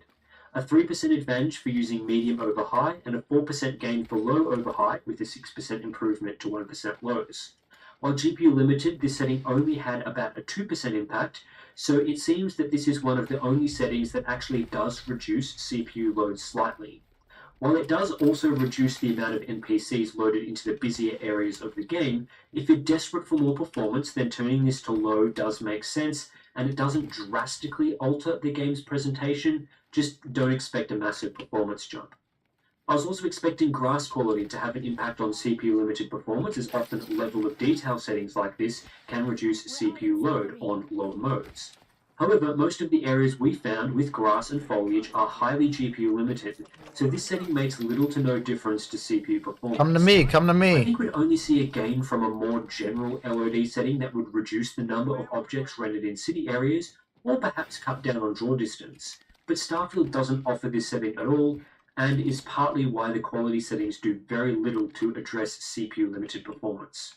Ultimately, for CPU-limited gamers, there aren't many settings to optimize. We'd recommend turning crowd density to low, probably shadows to medium and volumetric lighting to high, then turning up every other setting as high as your GPU will allow. While this won't affect performance all that much, maybe a 10% gain at best, at least you'll be enjoying a much better visual experience than if you had turned everything to low in search of performance, or worse still, used the medium or low presets, which set the render scale to 50%. So for gamers that are looking to improve Starfield's performance under a heavy CPU limit in demanding areas of the game, the best option here is to Cry, because there are few, if any, options built into the game to improve CPU performance, even if you want to sacrifice visuals. This isn't especially unusual, as most games don't have many, or in some cases any, settings to allow it to scale across a wide variety of CPU hardware, but it does sting the hardest when you get a particularly demanding game like Starfield. Aside from crying, the next best choice is to drop a few settings in the game, such as crowd density, which do have a small impact on CPU performance. Outside of this, we'd strongly recommend running every other setting on as high of a setting as your graphics card will allow.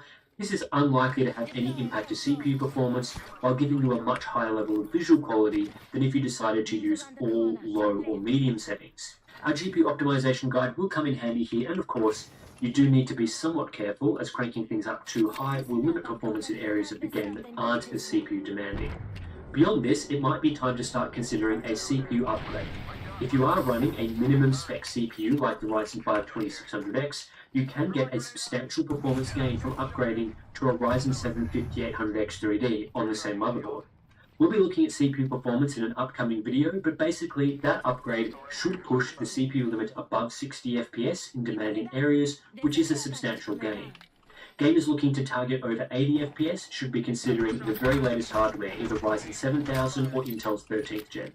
One thing we have seen from past games is that setups with NVIDIA GPUs typically perform worse under CPU limits than setups with AMD GPUs, due to the additional CPU side driver overhead on NVIDIA cards. So at times, gamers playing CPU-limited games could achieve higher frame rates from let's go, buddy, this way. GPU for an equivalent AMD GPU. In fact, just get out of here through the other side. A much lower tier AMD card could outperform a much higher tier NVIDIA card. Is this a factor for Starfield? No, is the short answer, at least based on what we've seen testing with the Ryzen 5 2600X. Comparing footage from the GeForce RTX 3070 and Radeon RX 6750 XT side by side shows a very similar experience in New Atlantis, certainly not a large performance boost on the AMD side like we have seen in some other games under similar conditions. This suggests to us that NVIDIA's CPU overhead is not an issue in Starfield, or at the very least it doesn't conflict with the areas of the CPU that Starfield stresses and ultimately limits performance.